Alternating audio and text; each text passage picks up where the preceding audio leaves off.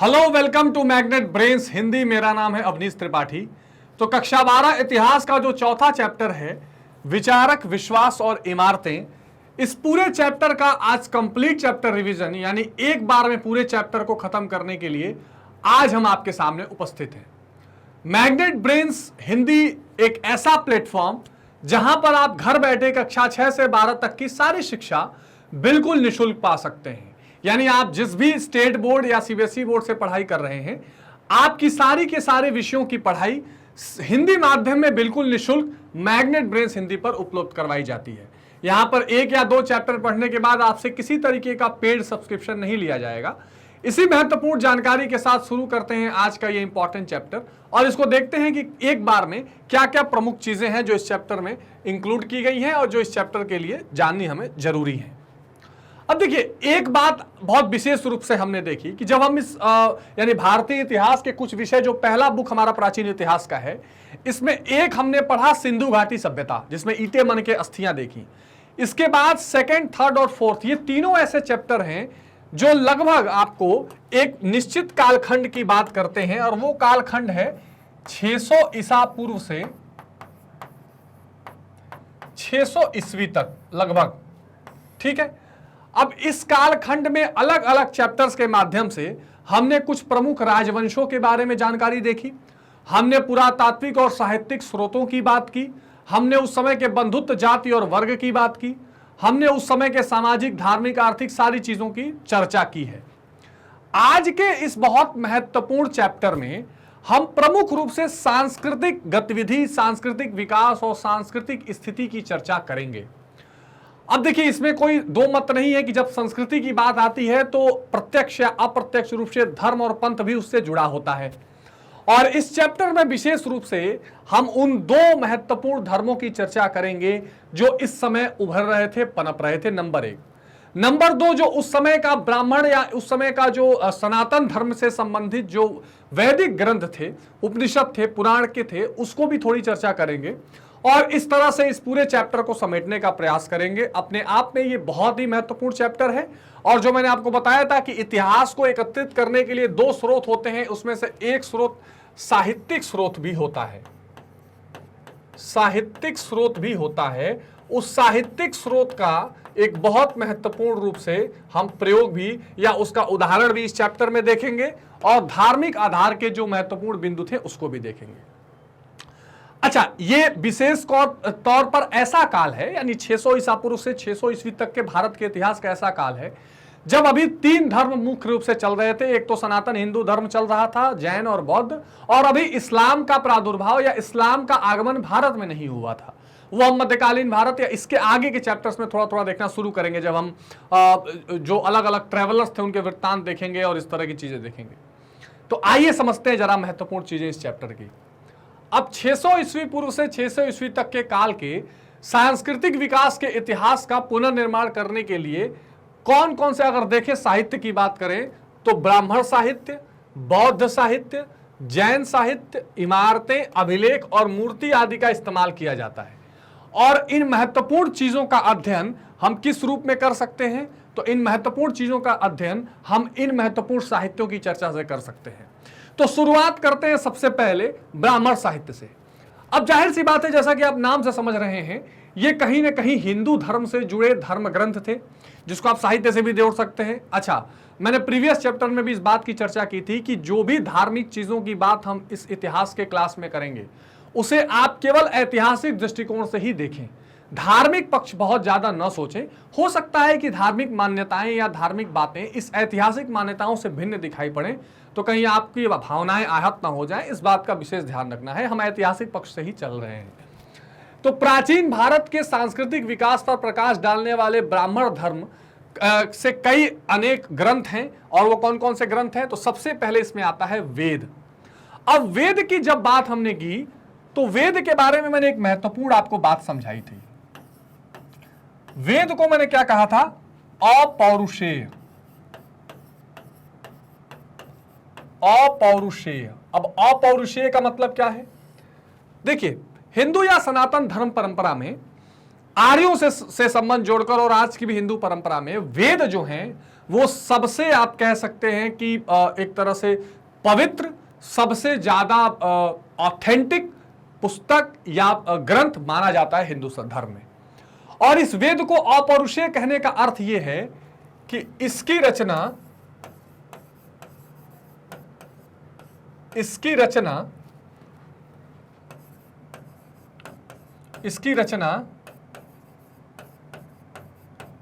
किसी पुरुष ने नहीं की। मतलब यह है कि जिस भी भौतिक व्यक्ति को आप देख रहे हैं दुनिया में, ऐसे किसी व्यक्ति ने इस वेद को नहीं लिखा है। अच्छा, वेद हैं कितने तरह से? तो एक तो सबसे प्रमुख आता है ऋग्वेद, फिर आता है सामवेद, फिर आता है अथर्ववेद, और फिर आता है यजुर्वेद। ठीक है, यजुर्वेद, ठीक है, इसको अथर्ववेद, यजुर्वेद, ठीक है।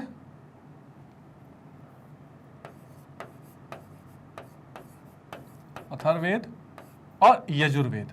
अब ये जो 4 प्रकार के महत्वपूर्ण वेद हैं, इन चारों वेदों को अपौरुषेय माना जाता है। अब अपौरुषेय का मतलब इसे किसी ने नहीं कहा है, इसे हम क्या मानते हैं? इसे देववाणी मानते हैं या ब्रह्मवाणी मानते हैं। हम ये कहते हैं कि जो ब्रह्म है, जो देव हैं, जो ईश्वर हैं, जिन्होंने पूरी दुनिया की रचना की है, जो सबसे सुप्रीम है, उन्हीं के द्वारा ये निकली हुई वाणियां हैं, जिनको अलग अलग ऋषियों ने अपनी क्षमता से कैच किया है, समझा है और उसे बता दिया है, संकलन कर दिया है। हम ये मान के चलते हैं कि पूरे ब्रह्मांड में ये वाणियां गूंज रही हैं। और जैसे होता है ना कि आपके मोबाइल के टावर चारों ओर घूम रहे हैं पर मोबाइल उसको कैच करता है, तो जो सक्षम गुरु हुए, जो सक्षम ऋषि हुए, उन ऋषियों ने इन देववाणियों को कैच किया और उसका संकलन जब किया गया तो वेद का रूप लिया। विशेष करके ऋग्वेद में मंत्र इत्यादि की बात ज्यादा की गई है, सामवेद में थोड़ा संगीतात्मक रूप से गाया गया है, अथर्ववेद, यजुर्वेद, इसमें कर्मकांड और कई तरह की जिसको कहते हैं कि सांसारिक गतिविधियां, औषधि के बारे में जानकारी, टोना टिप्पणी, इस तरह की कई चीजें हैं। तो ये 4 तरह के वेद जो प्रमुख रूप से आपके सामने दिखाई देते हैं, ये हिंदू सनातन धर्म के सबसे प्राचीन और सबसे महत्वपूर्ण ग्रंथ हैं जो अपौरुषेय माने जाते हैं।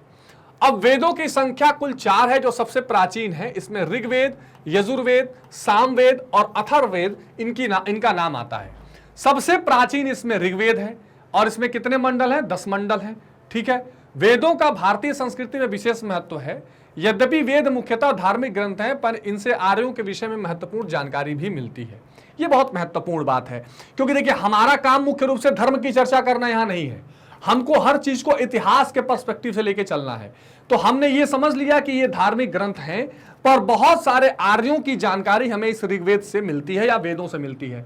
जैसे वेदों में इंद्र को सबसे प्रमुख राजा माना गया है, वेदों में यज्ञ होता था ऐसा बताया गया है, प्रकृति को महत्वपूर्ण माना जाता था ऐसा वेदों से पता चलता है ना। तो किसने मंत्र श्लोक हैं, किस देवता को समर्पित है, इससे पता लगता है कि आर्य किस देवता को ज्यादा मानते होंगे। और जो वेदों में आप कह सकते हैं कि जिस तरह के आदेश या जिस तरह की चीजें बताई गई हैं, वो सामाजिक संगठन को बनाने में या सामाजिक रूपरेखा को बनाने में किस तरह का रोल प्ले करती होंगी, ये सारी चीजें हमें वेदों से निकल जाती है। इसका मतलब ये वेद हमारे सांस्कृतिक विकास के इतिहास के एक स्रोत हैं। यानी जो कल्चरल डेवलपमेंट है उसमें इतिहास का सोर्स चाहिए ना कि कैसे हुआ, तो ये वेद उसको बताते हैं। फिर ब्राह्मण आते हैं, तो ये मतलब ये जाति वाले ब्राह्मण, वर्ण वाले नहीं, ब्राह्मण ग्रंथ हैं।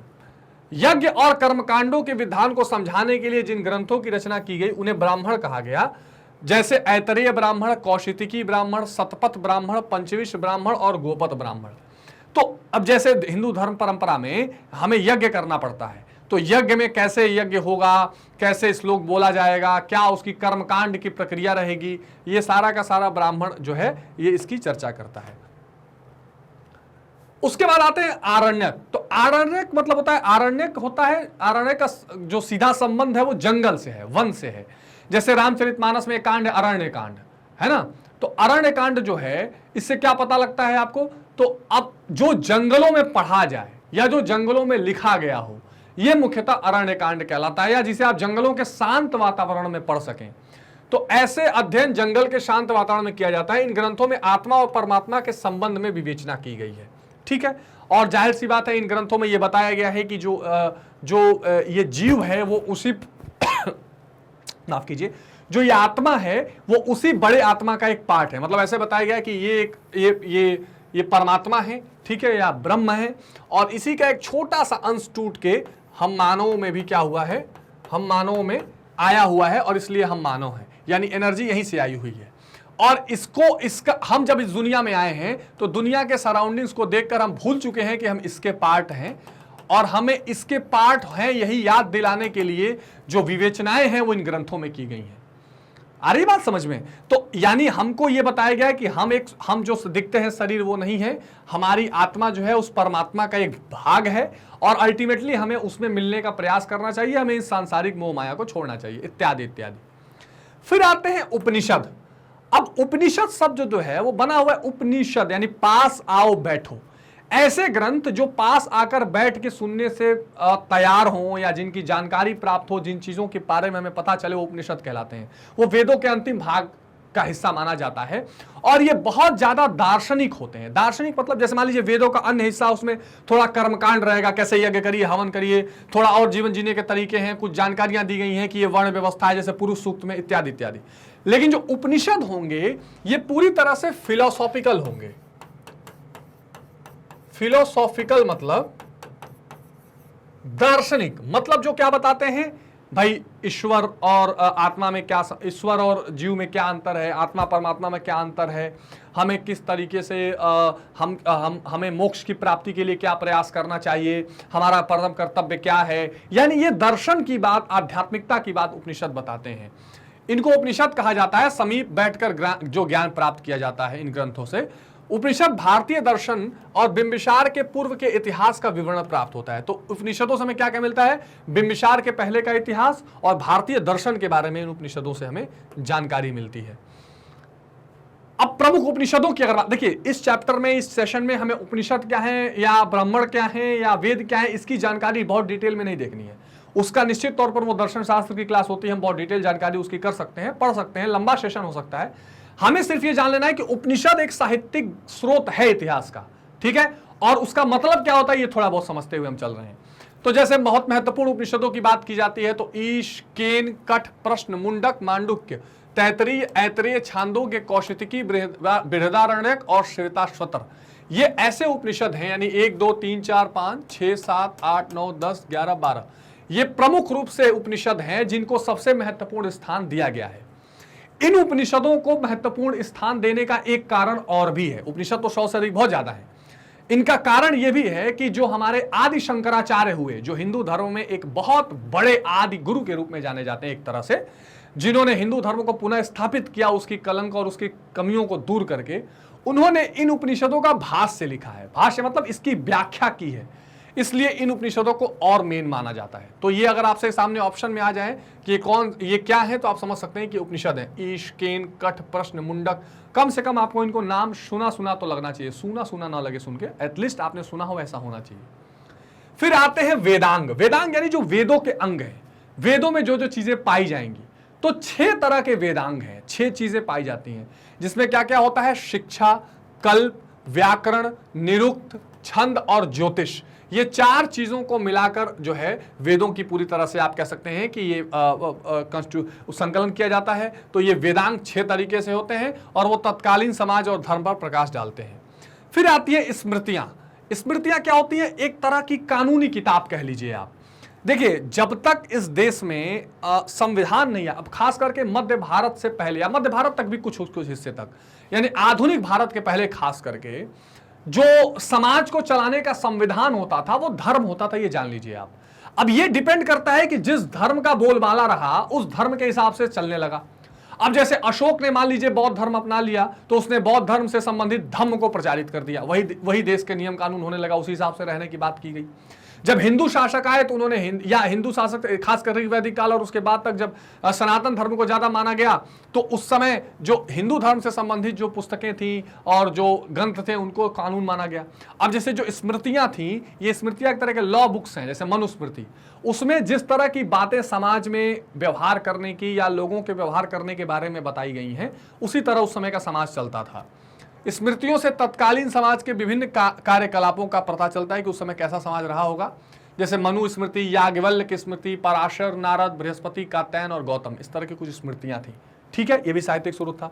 तो ये बुक थी, ध्यान रखिएगा। श्रुति क्या होती थी? जिसको सुन सुन के अगले पीढ़ी तक पहुंचाया जाता था और जिस ग्रंथों को आगे बढ़ाया जाता। तो वेद को श्रुति भी कहा गया है, सुन सुन के आगे बढ़ाया गया। स्मृतियां क्या है? जो लिखी हुई कानून जैसी किताबें थी, जिसमें क्या करना चाहिए क्या नहीं करना चाहिए ये बताई गई है। फिर आता है सूत्र। तो वेदों का विधिवत अध्ययन करने के लिए सूत्र की रचना की गई, जिसमें स्रोत सूत्र, गृह सूत्र, धर्म सूत्र और सुल्व सूत्र, ये 4 तरह के सूत्र हैं जो वेद पढ़ते समय आपको पता होने चाहिए। ठीक है, स्रोत सूत्र, गृह सूत्र, धर्म सूत्र और सुल्व सूत्र। फिर एक बहुत महत्वपूर्ण पार्ट आता है पुराणों का। अब ये जो पुराण है, जैसे मान लीजिए सबसे क्लिष्ट में था, एक तरह से कह सकते हैं कि वेद, फिर उसका दार्शनिक पक्ष आया उपनिषद, और उससे थोड़ा हल्के में, यानी चीजों को आप कह सकते हैं कहानियों के रूप में, कथानक के रूप में, या एक जिसको कह सकते हैं कि कथा के रूप में जब उपलब्ध कराए जाने का जो प्रयास है वो पुराणों में दिखाई पड़ता है। पुराण कहीं ना कहीं ज्यादा लोगों तक पहुंच रखते हैं। पुराणों में उपनिषदों और वेदों की ही बातों को अलग अलग कहानी और अलग अलग प्रसंगों के माध्यम से समझाने की कोशिश की गई है। तो ब्राह्मण साहित्य में पुराण विशेष रूप से उल्लेखनीय है, और ये 18 प्रमुख पुराण है, जिसमें मत्स्य पुराण, भागवत पुराण, विष्णु पुराण, वायु पुराण, ब्रह्मांड पुराण, ब्रह्म, पद्म, शिव, नारदीय, मार्कंडेय, अग्नि, भविष्य, ब्रह्म वैवर्त, लिंग, वाराह, स्कंद, कूर्म तथा गरुड़ पुराण। ये वही गरुड़ पुराण है, आपने वो मूवी देखी होगी अपरिचित, कि किस व्यक्ति को क्या सजा मिलनी चाहिए, ये सारी चीजें गरुड़ पुराण में है। तो इन पुराणों में बहुत साधारण भाषा में जो दार्शनिक और नैतिक पक्ष है, जो सब व्यक्ति को जानना चाहिए, वो कहानियों के माध्यम से बताने का प्रयास किया गया है। और जब इन पुराणों को आप पढ़ेंगे तो पिछले उस समय के सामाजिक जीवन, उस समय के सामाजिक क्रियाकलाप और स्थिति का आपको आकलन करने में आसानी हो जाएगी। परंतु जो महत्वपूर्ण 5 तरह के ऐतिहासिक महत्व वाले पुराण है, जिसमें मत्स्य, भागवत, विष्णु, वायु, ब्रह्मांड है। वी.ए. स्मिथ के अनुसार इन पुराणों में मौर्य काल, आंध्र, शिशुनाग और गुप्त आदि राजवंशों का विस्तृत वर्णन मिलता है। ठीक है, तो ये पुराण उस समय महत्वपूर्ण माने जाएंगे आपको। फिर आते हैं महाकाव्य। तो महाकाव्य में हमने पिछले चैप्टर में ही चर्चा की, एक रामायण और एक महाभारत। ठीक है, इसकी रचना किसने की? वाल्मीकि ने। और इसकी रचना किसने की? वेद व्यास। हालांकि बहुत डिस्प्यूट है इतिहास के संदर्भ में। ठीक है, इसमें लगभग 1 लाख से अधिक श्लोक हैं। रामायण पहला श्लोकबद्ध साहित्य माना गया, और इन महाकाव्यों से भी सामाजिक स्थिति और क्रियाकलापों का बहुत विशेष अध्ययन का हमें पता लगता है। तो महाकाव्य 2 हैं, रामायण और महाभारत। रामायण की रचना महाकवि वाल्मीकि और महाभारत की रचना मुनि वेद व्यास ने की थी। इन दोनों महाकाव्यों में उस समय के सामाजिक, राजनीतिक, धार्मिक और आर्थिक स्थिति पर व्यापक प्रकाश डाला गया है। कुल मिलाकर हम पढ़ क्या रहे हैं? हम उन ग्रंथों की चर्चा कर रहे हैं जो राजनीतिक रूप से, जो हमें ऐतिहासिक रूप से उस समय के सांस्कृतिक और धार्मिक विकास के बारे में बताता है। तो ये तो हो गया, आप कह सकते हैं ब्राह्मण साहित्य या हिंदू धर्म, सनातन धर्म से संबंधित साहित्य, जिसकी बात हमने की। अब चलते हैं बौद्ध साहित्य के समय। मैंने बार बार चर्चा की थी कि जिस पीरियड ऑफ टाइम की हम बात कर रहे हैं, 600 ईसा पूर्व से 600 ईस्वी तक, इसी समय में कुछ महत्वपूर्ण धार्मिक घटनाएं या आंदोलन के रूप में कुछ चीजें धार्मिक चल रही थी। हो यह रहा था कि खास करके उत्तर वैदिक काल आते आते, बीतते बीतते, जो सनातन वैदिक परंपरा थी, या जो ब्राह्मण परंपरा थी, या ग्रंथीय सनातन हिंदू परंपरा थी, उसमें कई प्रकार के विकार देखे जाने लगे। एक विकार की चर्चा मैंने पहले भी की थी आपसे प्रीवियस चैप्टर में, कि जो एक तो जो वर्ण व्यवस्था थी,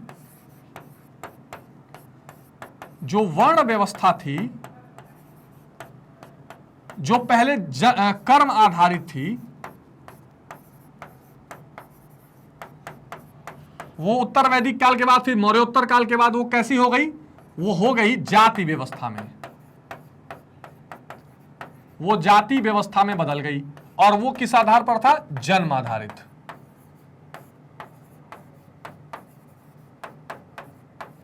वो जन्म आधारित हो गई। तो एक तो ये समस्या आ गई कि जो नीचे के जाति के लोग थे उनका शोषण होने लगा, वहां पर ब्राह्मणों को सर्वोच्च पदवी प्राप्त हुआ, क्षत्रियों ने शासन करना स्वीकार किया, नीचे के दो धर्मों को समस्या होने लगी, दो जातियों को।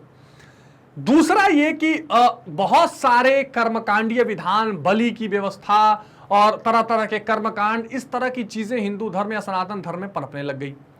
तो अब निश्चित तौर पर नीचे की जातियों को इंतजार था एक ऐसे धार्मिक आंदोलन या सुधार का जो इनसे मुक्ति देने में सहायता प्रदान करे। तो उसी समय दो महत्वपूर्ण धर्म उभरे, एक बौद्ध धर्म और एक जैन धर्म, और ज्यादातर लोग फिर बौद्ध धर्म की तरफ या जैन धर्म की तरफ खींचते चले गए। अब जब इस धर्म का विकास हुआ तो साथ साथ में इस धर्म से जुड़े साहित्य का भी विकास हुआ। तो आइए अब देखते हैं कि कैसे बौद्ध साहित्य ने हमारे ऐतिहासिक पुनर्निर्माण, खास करके सांस्कृतिक विकास का जो पुनर्निर्माण इतिहास का है, उसमें मदद की।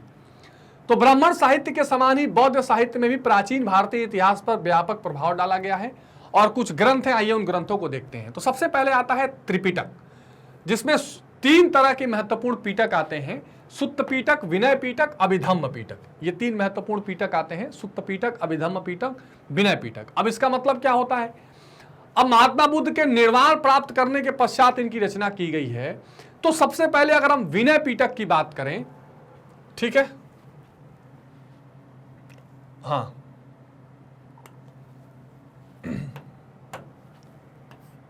विनय पीटक ये महत्वपूर्ण है, पूछा जाता है। सुत्त पीटक,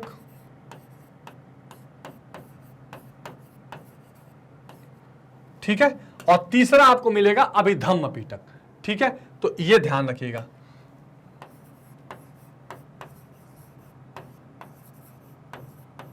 अभिधम्म पीटक। अब ये जो विनय पीटक है, आपको पता है कि बुद्ध धर्म में जो रहते थे साथ में बौद्ध भिक्षु एक साथ, उन्हें संघ कहते थे, और संघ में वो एक साथ रहकर ध्यान की विधि करते थे और सारी चीजों फॉलो करते थे। तो जो संघ में रहने के नियम कानून थे, संघ के नियम, उनको कहते थे, वह यानी जिस ग्रंथ में उनका संकलन किया गया था उसको हम कहते थे विनय पीटक। दूसरा आता था सुत्त पीटक, यानी जहां पर महात्मा बुद्ध के उपदेशों की चर्चा की गई है। महात्मा बुद्ध के उपदेशों की चर्चा की गई है।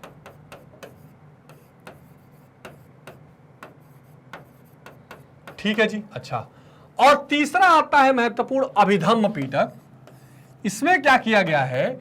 इसमें जो महात्मा बुद्ध या बौद्ध धर्म का दर्शन है, जैसे मान लीजिए कि बौद्ध धर्म में बताया गया है कि आपको किस तरह का बिहेव करना चाहिए, अहिंसा नहीं करनी है ना, या रत्न बताए गए हैं बौद्ध धर्म में क्या क्या आपको फॉलो प्रैक्टिस करनी है, और बौद्ध धर्म क्या मानता है, वो माध्यमिक मार्ग को मानता है, वो इसके अलावा मूर्ति पूजा में विश्वास नहीं रखता, वो पुनर्जन्म को मानता है, क्या क्या चीजें बताई गई, नास्तिक दर्शन है। तो इन चीजों के बारे में जो पूरा दर्शन है वो सारा अभिधम्म पीटक में है, यानी बौद्ध दर्शन, बौद्ध दर्शन। ये तीन जो चीजें हैं ये महत्वपूर्ण रूप से त्रिपिटक में बताए गए हैं। ये बार बार आपसे पूछा जाता है। ये जो त्रिपिटक है ये सारी की सारी चीजें आपको बताती हैं, ये सारी की सारी चीजें से आपको उस समय के सामाजिक या आर्थिक या धार्मिक चीजों के बारे में पता चलने में या सांस्कृतिक विकास में महत्वपूर्ण रूप से चीजें मिलती हैं। ठीक है, तो ये तीनों जो त्रिपिटक है बौद्ध धर्म का, वो सांस्कृतिक विकास का जो इतिहास है, सांस्कृतिक इतिहास का जो विकास है उसमें महत्वपूर्ण भूमिका निभाता है। फिर बौद्ध धर्म में आती है जातक कथाएं। अब जातक कथाएं बिल्कुल वैसा ही आप समझ लीजिए जिस तरह लगभग पुराण वाली स्थिति है।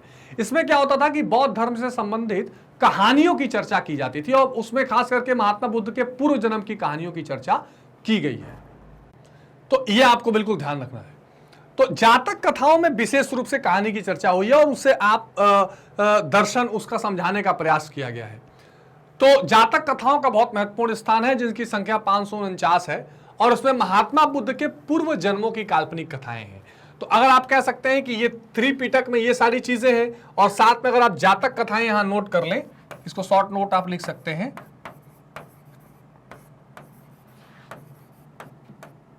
जातक कथाएं, तो महात्मा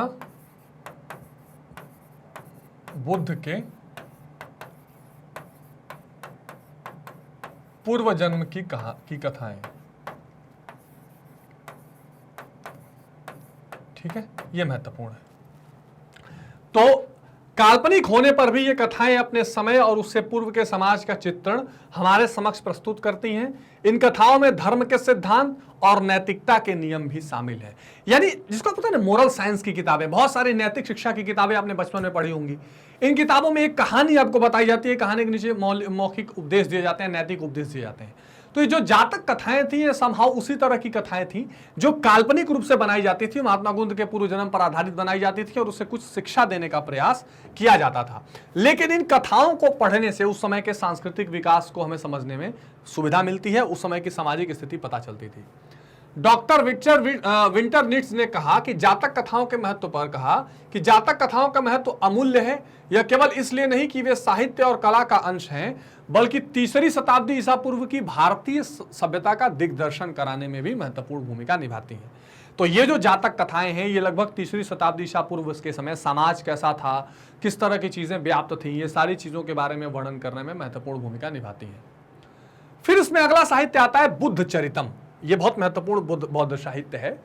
और बुद्ध चरितम के रचयिता थे अश्वघोष। ये क्वेश्चन बार बार पूछा जाता है कि बुद्ध चरित्र की रचना किसने की? अश्वघोष ने की। इस ग्रंथ से गौतम बुद्ध के जीवन चरित्र की विस्तृत जानकारी प्राप्त होती है। और जब गौतम बुद्ध के जीवन चरित्र की जानकारी मिलेगी तो गौतम बुद्ध जहां जहां जाएंगे, जिन जिन लोगों से मिलेंगे, जैसी जैसी समस्याएं लोग लेकर आएंगे, जो सामाजिक स्थिति उस समय की रहेगी, ये सारी चीजें आपको पता चलेंगी। फिर एक आता है इसमें जो काव्य हुआ है महावंश और दीपवंश, जो माफ करिए ग्रंथ जो है, ये दोनों ही ग्रंथ श्रीलंका के पाली महाकाव्य हैं। ध्यान से सुनिए, ये क्वेश्चन पूछता है कि कौन से ग्रंथ श्रीलंका के काव्य महाकाव्य है, तो महावंश और दीपवंश। इन दोनों ही ग्रंथों से भारत के प्राचीन इतिहास के बारे में जानकारी मिलती है। दीपवंश की रचना संभवतः 4वीं शताब्दी और महावंश की रचना संभवतः 5वीं शताब्दी में हुई थी। ठीक है, फिर आता है मिलिंद पंथ या मिलिंद पन्हो भी इसको कहा जाता है, बड़ा फेमस ग्रंथ है ये भी। इस ग्रंथ में यूनानी राजा मिनांडर और बौद्ध भिक्षु नागसेन का दार्शनिक वार्तालाप है। Very very important.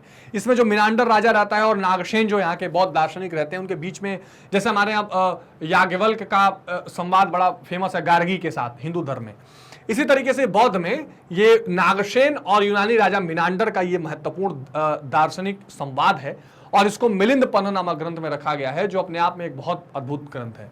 इस ग्रंथ में ईसा की पहली 2 शताब्दी के उत्तर पश्चिमी भारतीय जीवन का झलक देखने के लिए मिलता है। तो देखिए, हमें क्या है, हमें हर काव्यवंश से, हमें हर ग्रंथ से अपने ऐतिहासिक काम की चीज निकालनी है कि कब की जानकारी हमें मिल रही है। दिव्यावदान। दिव्यावदान में अनेक राजाओं की कथाएं संकलित हैं। इस ग्रंथ में अनेक अंश 4वीं शताब्दी तक जोड़े गए हैं। ऐतिहासिक दृष्टि से इस ग्रंथ का विशेष महत्व है। ठीक है, महत्वपूर्ण बात है। मंजूश्री मूल कल्प। यह ग्रंथ भी ऐतिहासिक दृष्टि से महत्वपूर्ण है। इस ग्रंथ बौद्धिक दृष्टिकोण से गुप्त सम्राटों का विवरण प्राप्त होता है। इस ग्रंथ से कुछ अन्य प्राचीन राजवंशों का भी संक्षिप्त विवरण मिलता है। तो दिव्यावदान, मंजूश्री मूल कल्प, ये आप उदाहरण के तौर पर अपने आंसर में लिख सकते हैं कि ये वो बौद्ध ग्रंथ हैं जिनसे हमें ऐतिहासिक बारे में जानकारी मिलती है। फिर अंगुतर निकाय बहुत महत्वपूर्ण है और सबसे महत्वपूर्ण इसमें आता है 16 महाजनपद। 16 महाजनपद की चर्चा हमने की थी। कौन कौन सी थी उसमें? कुछ नाम अगर हम गिनना चाहें तो, जैसे अवध, जैसे मगध, ठीक है, अवंती, अश्मक, वज्जी, सूरसेन, चेद, कौशल, काशी, है ना, ये सारी चीजें हमने क्या देखी थी, लगभग इस तरह की अंग। तो इस तरह के हमने महाजनपद देखे थे, मल्ल। इन महाजनपदों का जो चर्चा आया है वो अंगुतर निकाय में आया है। तो ये तो बहुत ही महत्वपूर्ण ग्रंथ हो जाता है। जैन धर्म में भी भगवती सूत्र है जहां से उनकी चर्चा आई है। तो अंगुतर निकाय एक ऐसा ग्रंथ आपको दिखाई पड़ रहा है जो उस समय के पूरे राजनीतिक सामाजिक स्थितियों का वर्णन कर रहा है, क्योंकि 16 महाजनपद की बात कर रहा है। क्या युद्ध की स्थिति थी, क्या राज करने का तरीका था, सारी चीजें उसमें आती हैं। फिर ललिता विस्तर और वैपुल्य सूत्र। तो बौद्ध साहित्य के इन दोनों ग्रंथों से भी बौद्ध धर्म के बारे में पर्याप्त जानकारी प्राप्त होती है। अब उसके बाद आता है महत्वपूर्ण एक पार्ट जैन साहित्य का। ठीक है, अब तक हमने क्या देखा? बौद्ध साहित्य देखा और समझा हमने। एक तो देखा कि सनातन साहित्य या ब्राह्मण साहित्य क्या था, फिर हमने देखा बौद्ध साहित्य में कौन कौन से ग्रंथ हैं। अब समझते हैं, जैसा मैंने आपसे चर्चा किया कि बौद्ध धर्म के साथ साथ जैन धर्म भी फूल फल रहा था। जो जैन धर्म में वो कौन कौन से महत्वपूर्ण साहित्य थे जो महत्वपूर्ण रोल अदा कर रहे थे या करते हैं आज भी सांस्कृतिक विकास के इतिहास के रूप में, उसकी चर्चा थोड़ी बहुत करते हैं। अब देखिए, प्राचीन भारतीय इतिहास के निर्माण में जैन साहित्य का विशेष महत्व है, क्योंकि इससे हम कुछ ऐसे भारतीय पक्षों का परिचय प्राप्त होता है जिनकी ब्राह्मण साहित्य अथवा बौद्ध साहित्य में या तो चर्चा ही नहीं है या बहुत कम चर्चा है। ये बहुत महत्वपूर्ण बात है। जाहिर सी बात है कि ब्राह्मण साहित्य और बौद्ध साहित्य से अलग ये साहित्य था, तो निश्चित तौर पर इसकी अपनी मौलिकता होगी, मतलब कि कुछ ऐसी चीजें होंगी जो उन दोनों में नहीं पाई जाती होंगी, तो ये जैन साहित्य में दिखाई पड़ती हैं। अधिकांश जैन धर्म ग्रंथों की रचना प्राकृत भाषा में हुई है, इस बात का ध्यान रखिएगा। जैसे ब्राह्मण में आपको ज्यादातर मिलेगी संस्कृत में, बौद्ध में पाली मिलेगा, इसमें प्राकृत भाषा। जैन साहित्य से संबंधित महत्वपूर्ण कौन कौन सा ग्रंथ, जैसे इसमें आगम की बात आती है, ठीक है, जैन धर्म पर बात करेंगे अभी आगे, इसमें आगम की बात देखते हैं। तो आदि जैन ग्रंथों को आगम के नाम से जाना गया, यानी ऐसे जैन धर्म ग्रंथ जो बहुत पहले से रहे हैं, जो शुरू से रहे हैं, वो आगम कहलाए। बाद में उनका संकलन पूर्व नामक 14 ग्रंथों में किया गया, फिर उसके पश्चात उनका संकलन अंग नामक 12 ग्रंथों में हुआ। तो पूर्व और अंग ये दो महत्वपूर्ण भाग थे इन आगम के, इनसे भी हमें सांस्कृतिक विकास के बारे में जानकारी मिली है। अब इनके नाम अगर देखें तो आचारांग, डाडंग, भगवती सुत्त, समवायंग सुत्त, आचरता सुत्त, सुयदंग सुत्त, नाया धम्म कहा, ठीक है, डिट्ठीवाव, दिवाग सुवायम सुत्त या अंत गंडदाशाओप सुत्त। यानी ये आपके लिए ये नाम इसलिए रखे गए हैं कि अगर इनमें से कोई भी नाम मिलता जुलता आपके सामने सवाल बहुविकल्पी या किसी तरह से आता है, तो आप बहुत आसानी से ये देख सकें कि ये आगम का भाग है या जैन साहित्य का भाग है, ठीक है। इसलिए उदाहरण आपके सामने रखे गए, रटना बिल्कुल नहीं है इनको। अब जैन साहित्य में एक महत्वपूर्ण बात आती है भद्रबाहु चरित की, तो इससे मौर्य वंश के शासक और मौर्य राज्यकाल के समय की बात पता चलती है। तो एक महत्वपूर्ण साहित्यिक जैन साहित्यिक स्रोत है। परिशिष्ट पर्व, यह ग्रंथ जैन साहित्य का महत्वपूर्ण ग्रंथ माना जाता है। इस ग्रंथ के रचयिता हेमचंद्र थे। इस ग्रंथ की रचना ईसा की 12वीं शताब्दी में हुई और इस ग्रंथ की महावीर स्वामी के काल के राजाओं और अन्य जैन सम्राटों के बारे में जानकारी मिली है। तो बहुत बाद में लिखा गया, पर उस समय की जानकारी इसमें प्राप्त हुई है। अन्य ग्रंथों की बात करें तो जैन साहित्य के अंतर्गत कुछ अन्य ग्रंथ हैं जिसकी बहुत महत्वपूर्ण है, जैसे वसुदेव हिंडी, बृहत कल्प सूत्र, भाष्य, आवश्यक चूड़ी, कलिका पुराण, कथा कोश, समरादित्य कथा, कुवलयमाला और कथा कोश प्रकरण। ये कुछ ऐसे महत्वपूर्ण ग्रंथ हैं जिन ग्रंथों से भी सांस्कृतिक विकास के इतिहास का स्रोत पता चलता है। तो अगर हम एक क्रक्स निकालना चाहें तो मुख्य रूप से हमने अब तक ये महत्वपूर्ण बात देखी कि सांस्कृतिक विकास के इतिहास के स्रोत में हमने साहित्यिक स्रोतों की चर्चा की है, जिसमें ब्राह्मण साहित्य या ब्राह्मण पुस्तकें या ग्रंथ, जिसमें वेद, उपनिषद, ब्राह्मण, पुराण, श्रुति, ये सारी चीजों, स्मृति की चर्चा हमने की। उसके बाद हमने बौद्ध धर्म ग्रंथों की चर्चा की, जिसमें त्रिपिटक की चर्चा की, हमने अंगुत्तर निकाय की चर्चा की इत्यादि, और जैन साहित्यों के भी हमने चर्चा की, भद्रबाहु चरित इत्यादि इत्यादि। तो इस तरह से जब आप इन ग्रंथों की चर्चा करेंगे, इन ग्रंथों का अध्ययन करेंगे, तो आपको न सिर्फ धार्मिक और दार्शनिक बल्कि उस समय के सांस्कृतिक सामाजिक स्थितियों का भी पता चलता है, जो इतिहास के संकलन या इतिहास के विकास में एक महत्वपूर्ण भूमिका निभाता। अब देखिए, एक बात और मैंने चर्चा की थी कि बहुत सारे धार्मिक आंदोलन इस दौरान चल रहे थे। धार्मिक आंदोलन से मेरा अर्थ यह है कि नए नए तरह के धर्मों का उदय और पुराने प्रतिष्ठित धर्म जो सनातन वैदिक धर्म था उसको चुनौती देना। और इस आंदोलन में दो धर्म जो प्रमुख रूप से निकल कर आए, बौद्ध और जैन धर्म, इनके स्थापित होने के एक कारण नहीं बल्कि कई कारण थे। तो पहले तो थोड़ा इन कारणों की भी चर्चा करेंगे। इस समय से पूर्व उपनिषद काल में ही समकालीन धार्मिक स्थिति में परिवर्तन के कई प्रयास हुए थे। इस समय अनेक विचारक और सुधारवादी संप्रदायों का प्रादुर्भाव हुआ, जिन्होंने परंपरागत ब्राह्मण धर्म का पुरजोर विरोध किया। बिल्कुल ठीक बात है, यानी जो परंपरागत ब्राह्मण धर्म चल रहा था, जिसमें प्रमुख रूप से जिन चीजों का विरोध होता था, एक तो कर्मकांड, ठीक है, दूसरा वर्ण व्यवस्था,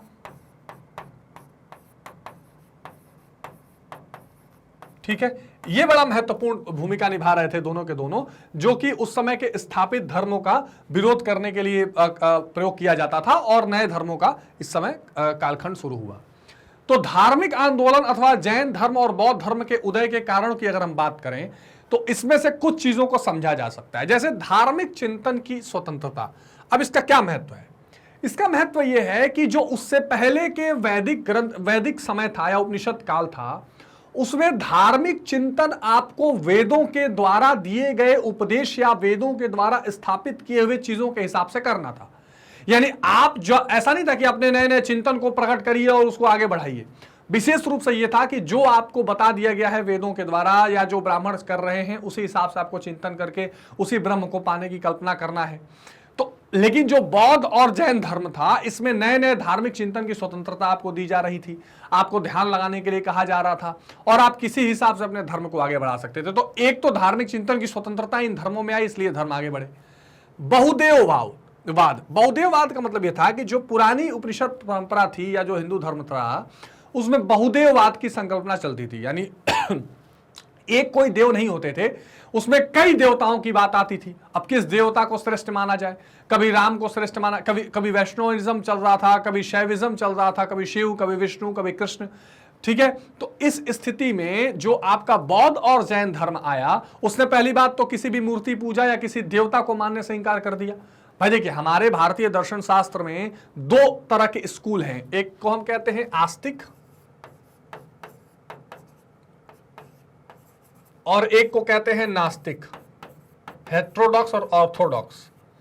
अब ये जो नास्तिक होता है इसमें मुख्य रूप से दो तीन हमारे दर्शन आते हैं। एक चारवाक का दर्शन, ये चारवाक वही थे जिन्होंने कहा था कि यावत जीवेत सुखम जीवेत ऋणम कृता घृतम पीवेत, जब तक जियो मौत से जियो, ऋण लो कर्जा लो घी पियो। ये चारवाक साहब थे। आजकल लोग बहुत ज्यादातर लोग इसको मानते हैं। फिर आया क्या, बौद्ध धर्म और जैन धर्म। अब देखिए, जो नास्तिकता की परिभाषा हमारे दर्शन में की गई है वो इस हिसाब से की गई है कि जो वेद या ईश्वर को न माने, तो ये तीनों ही उसका संकल्पना को नहीं मानते थे। आस्तिक में करें तो 4 5 6 फिलॉसफीज आती हैं, जैसे वेदांत है, मीमांसा है, न्याय है ना, वैशेषिक है, इसके अलावा योग है, सांख्य है। तो इस तरह के महत्वपूर्ण जो दर्शन हैं, इन दर्शनों को हमने आस्तिक में माना है, जो वेद या ईश्वर किसी एक को क्या करते हैं, मानते हैं। और जो ये बहुदेववाद था, ये इनमें निहित था कहीं ना कहीं। कई देवताओं की बात हमारे पुराने उपनिषद काल या धार्मिक परंपरा में चल रही थी। और जो जैन धर्म और बौद्ध धर्म आया, उसने इस कंसेप्ट को काट दिया, इसलिए उसका उदय होता चला गया। तीसरा, ब्राह्मणों का नैतिक पतन।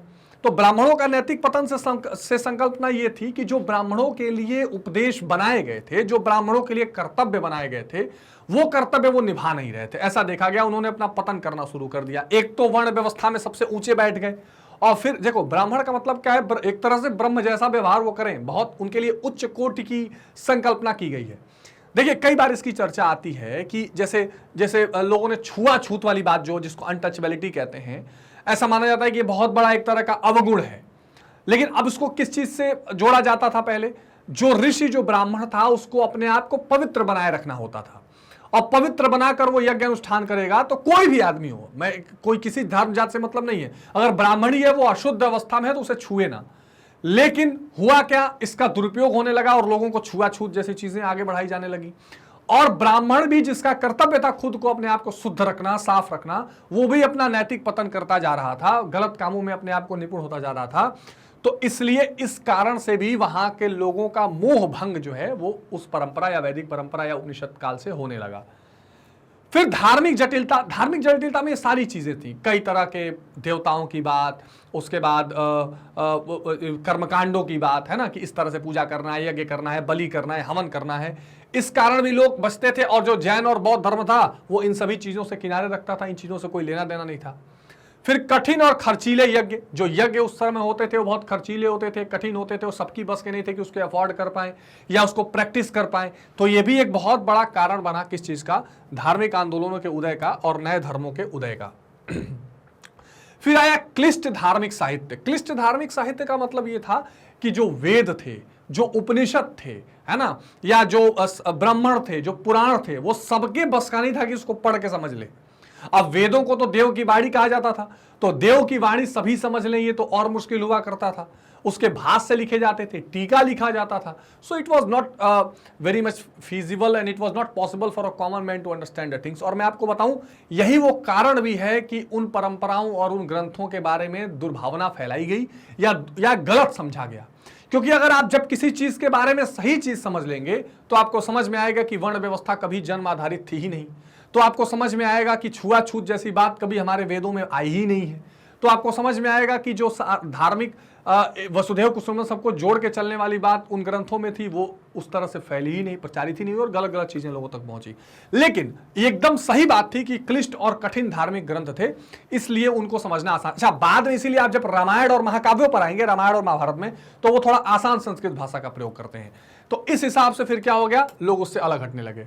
फिर वर्ण व्यवस्था, वर्ण व्यवस्था में हमने देखा था कौन से 4 वर्णों की बात की गई थी, तो ब्राह्मण जिसका काम पठन पाठन यज्ञ कराना दान लेना देना इत्यादि, क्षत्रिय जिसका काम रक्षा करना युद्ध करना दान देना यज्ञ करवाना, वैश्य जिसका काम कृषि और व्यापार करना और तीनों वर्णों का भरण पोषण करना, और शूद्र अपने से ऊपर तीनों वर्णों की सेवा करना।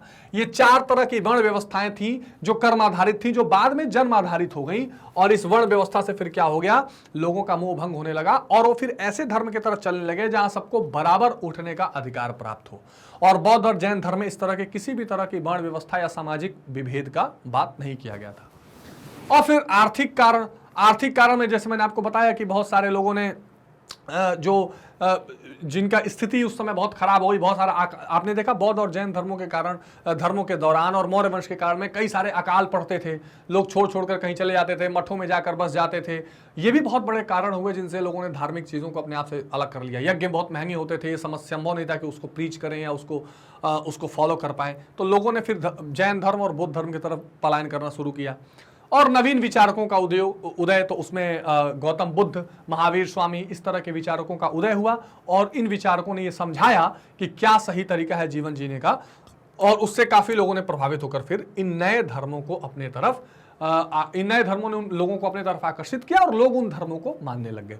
न सिर्फ लोग बल्कि बहुत सारे राजा, जैसे चंद्रगुप्त मौर्य ने जैन धर्म को अपनाया, अशोक ने बुद्ध धर्म को अपनाया और अलग अलग तरह से इन चीजों को मानने लगे। तो आप ये 8-9 रीजंस देख सकते हैं जिन रीजन के कारण ये जैनिज्म और बुद्धिज्म फूलता फलता चला गया। तो ठीक है, ये धार्मिक आंदोलन हो रहे शुरू हुए और नए धर्मों का उदय होना शुरू हुआ और उसी में शुरू हुआ जैन धर्म, जिसको आप कहते हैं जैनिज्म। अब ये बड़ी रोचक बात है और बड़ा एक तरह से आप कह सकते हैं कि जैन धर्म और बौद्ध धर्म लगभग समकालीन है, 1 शताब्दी आगे पीछे, और बल्कि एक साथ ही चलने वाले धर्म आप कह सकते हैं।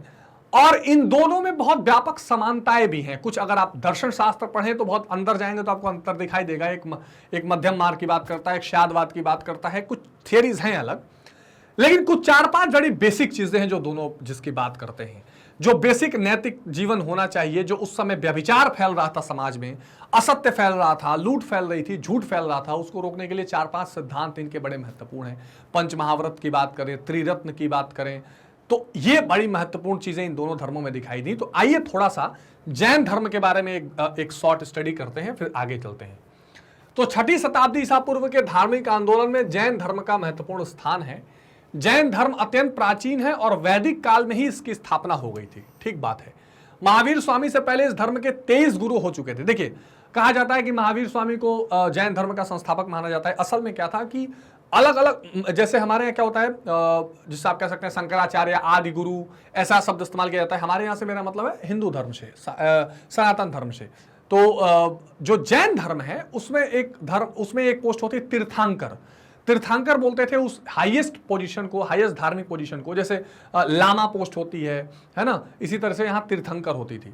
तो महावीर स्वामी ने इस धर्म के 23 गुरु हो चुके थे और जैन धर्म के ये 24वें तीर्थंकर थे। एक क्वेश्चन बहुत पूछा जाता है कि जैन धर्म के 24वें तीर्थंकर कौन थे, तो महावीर स्वामी। ये भी पूछा जाता है कि क्या जैन धर्म के पहले तीर्थंकर महावीर स्वामी थे, तो बिल्कुल नहीं। जैन जनश्रुतियों के अनुसार जैन धर्म के प्रथम तीर्थंकर ऋषभ देव थे। आगे मैं आपको एक लिस्ट भी दूंगा जो महत्वपूर्ण तीर्थंकरों की बात है। तो ऋषभ देव पहले तीर्थंकर थे और महावीर स्वामी 24वें तीर्थंकर थे। महावीर स्वामी जैन धर्म के संस्थापक नहीं थे, वह जैन धर्म के 24वें और अंतिम तीर्थंकर थे। महावीर स्वामी ने जैन धर्म में अपेक्षित सुधार करके व्यापक स्तर तक प्रचार किया। तो यह महत्वपूर्ण बात है। इन्हें इसीलिए वो संज्ञा दी जाती है कि जैन धर्म को मानने वाले या उस फिलॉसफी को गढ़ने वाले लोग पहले हो चुके थे 23 तीर्थंकर, जिसमें ऋषभ देव, पार्श्वनाथ, इस तरह के महत्वपूर्ण नाम आते हैं।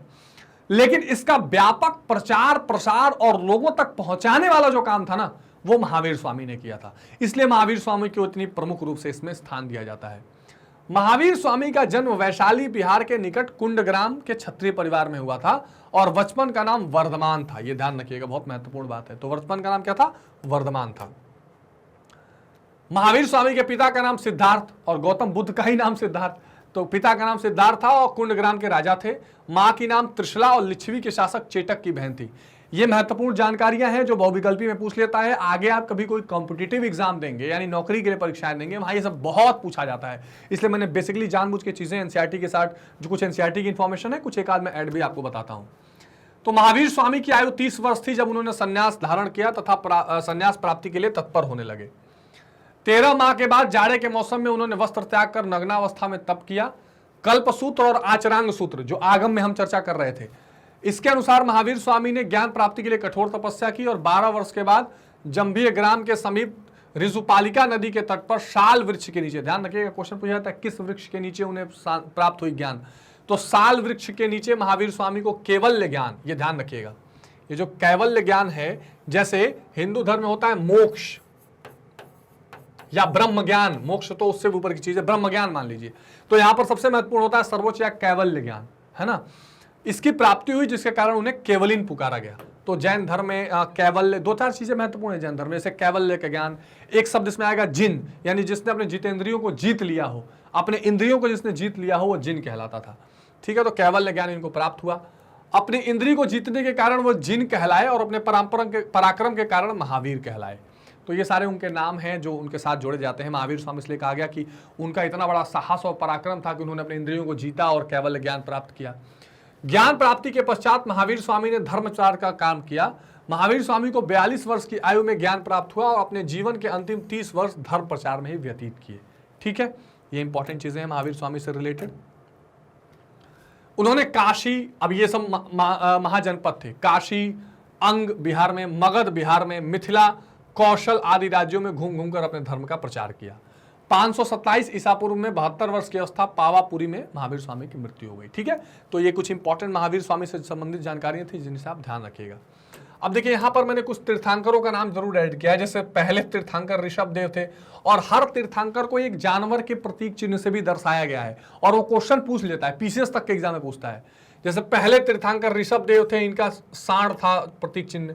दूसरे अजीतनाथ थे हाथी, तीसरे संभवनाथ घोड़ा, 7वें संपार्श्वनाथ स्वास्तिक इनका चिन्ह था, 16वें शांतिनाथ थे हिरण, 21वें नामीनाथ थे नीलकमल, 22वें अरिष्टनेमी इनका संघ था चिन्ह, पारस्वनाथ 23वें थे जिनका सर्प था और महावीर स्वामी का चिन्ह सिंह था। तो ये बहुत महत्वपूर्ण ये पार्ट है, इसको भी आप जरूर ध्यान रखेंगे। और अब समझते हैं कि जैन धर्म के महत्वपूर्ण सिद्धांत क्या हैं या महावीर स्वामी ने क्या महत्वपूर्ण शिक्षाएं दी हैं या समाज को देने का प्रयास किया है। अब देखो, महावीर स्वामी जैन धर्म के प्रवर्तक नहीं थे, वो 24वें तीर्थंकर थे और उन्होंने पुनरुद्धार किया और उन सभी सिद्धांतों को क्या किया, उन्होंने सुव्यवस्थित किया। कुछ ऐसे सिद्धांत थे जो पहले से थे, उसमें कुछ ऐड किया। जैसे पंचमहावर्त की अगर बात आएगी अभी तो उसमें ब्रह्मचर्य उन्होंने ऐड किया, मैं चर्चा करूंगा। और फिर उसका क्या किया, जैन संघ की स्थापना की। यानी एक तरह से कह सकते हैं जो पूरा होता है ना कि एक ट्रस्ट बनाना, संघ बनाना, जो मिलजुल कर काम करे, आगे बढ़े और प्रचार करे, उसकी स्थापना की। सत्य का पता लगाने में वेदों की प्रामाणिकता को अस्वीकार किया। तो सबसे पहले जब वो नास्तिक हो जाते हैं इसीलिए क्योंकि उन्होंने जो वेदों के प्रमाण थे उसको उन्होंने अस्वीकार कर दिया। उन्होंने कहा नहीं, जो वेद में ये प्रमाण दिए जा रहे हैं जिसके कारण जिनको सत्य बताया जा रहा है वो ऐसा है नहीं। और तीर्थंकरों के कैवल्य ज्ञान और उनके वचनों को ही प्रामाणिक माना। उन्होंने कहा हमसे पहले जो तीर्थंकर हुए हैं और उनको जो कैवल्य ज्ञान हुआ है वही प्रामाणिक है और वही सत्य है।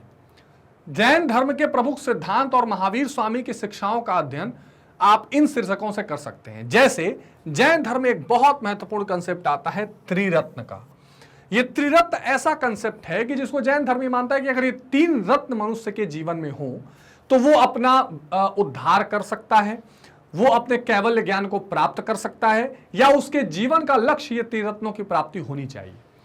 अब इसमें सबसे पहला जो आया है वह है सम्यक दर्शन। ठीक है, सम्यक दर्शन। अब सम्यक दर्शन का मतलब क्या है? सत्य ज्ञान के प्रति श्रद्धा ही सम्यक दर्शन है। यानी सही ज्ञान हमें पाना चाहिए। ये जो श्रद्धा आती है, ये जो प्रयास आता है या जो मन में ललक आती है कि मैं सत्य ज्ञान पाना चाहिए, ये सम्यक दर्शन है। सम्यक दर्शन का तात्पर्य जैन तीर्थंकरों में विश्वास रखने से है। तो कुल मिला के having a faith in the तीर्थंकर ऑफ जैन धर्म और जैन फिलॉसफी इज कॉल्ड सम्यक दर्शन। तो सम्यक दर्शन सबसे महत्वपूर्ण रत्न है।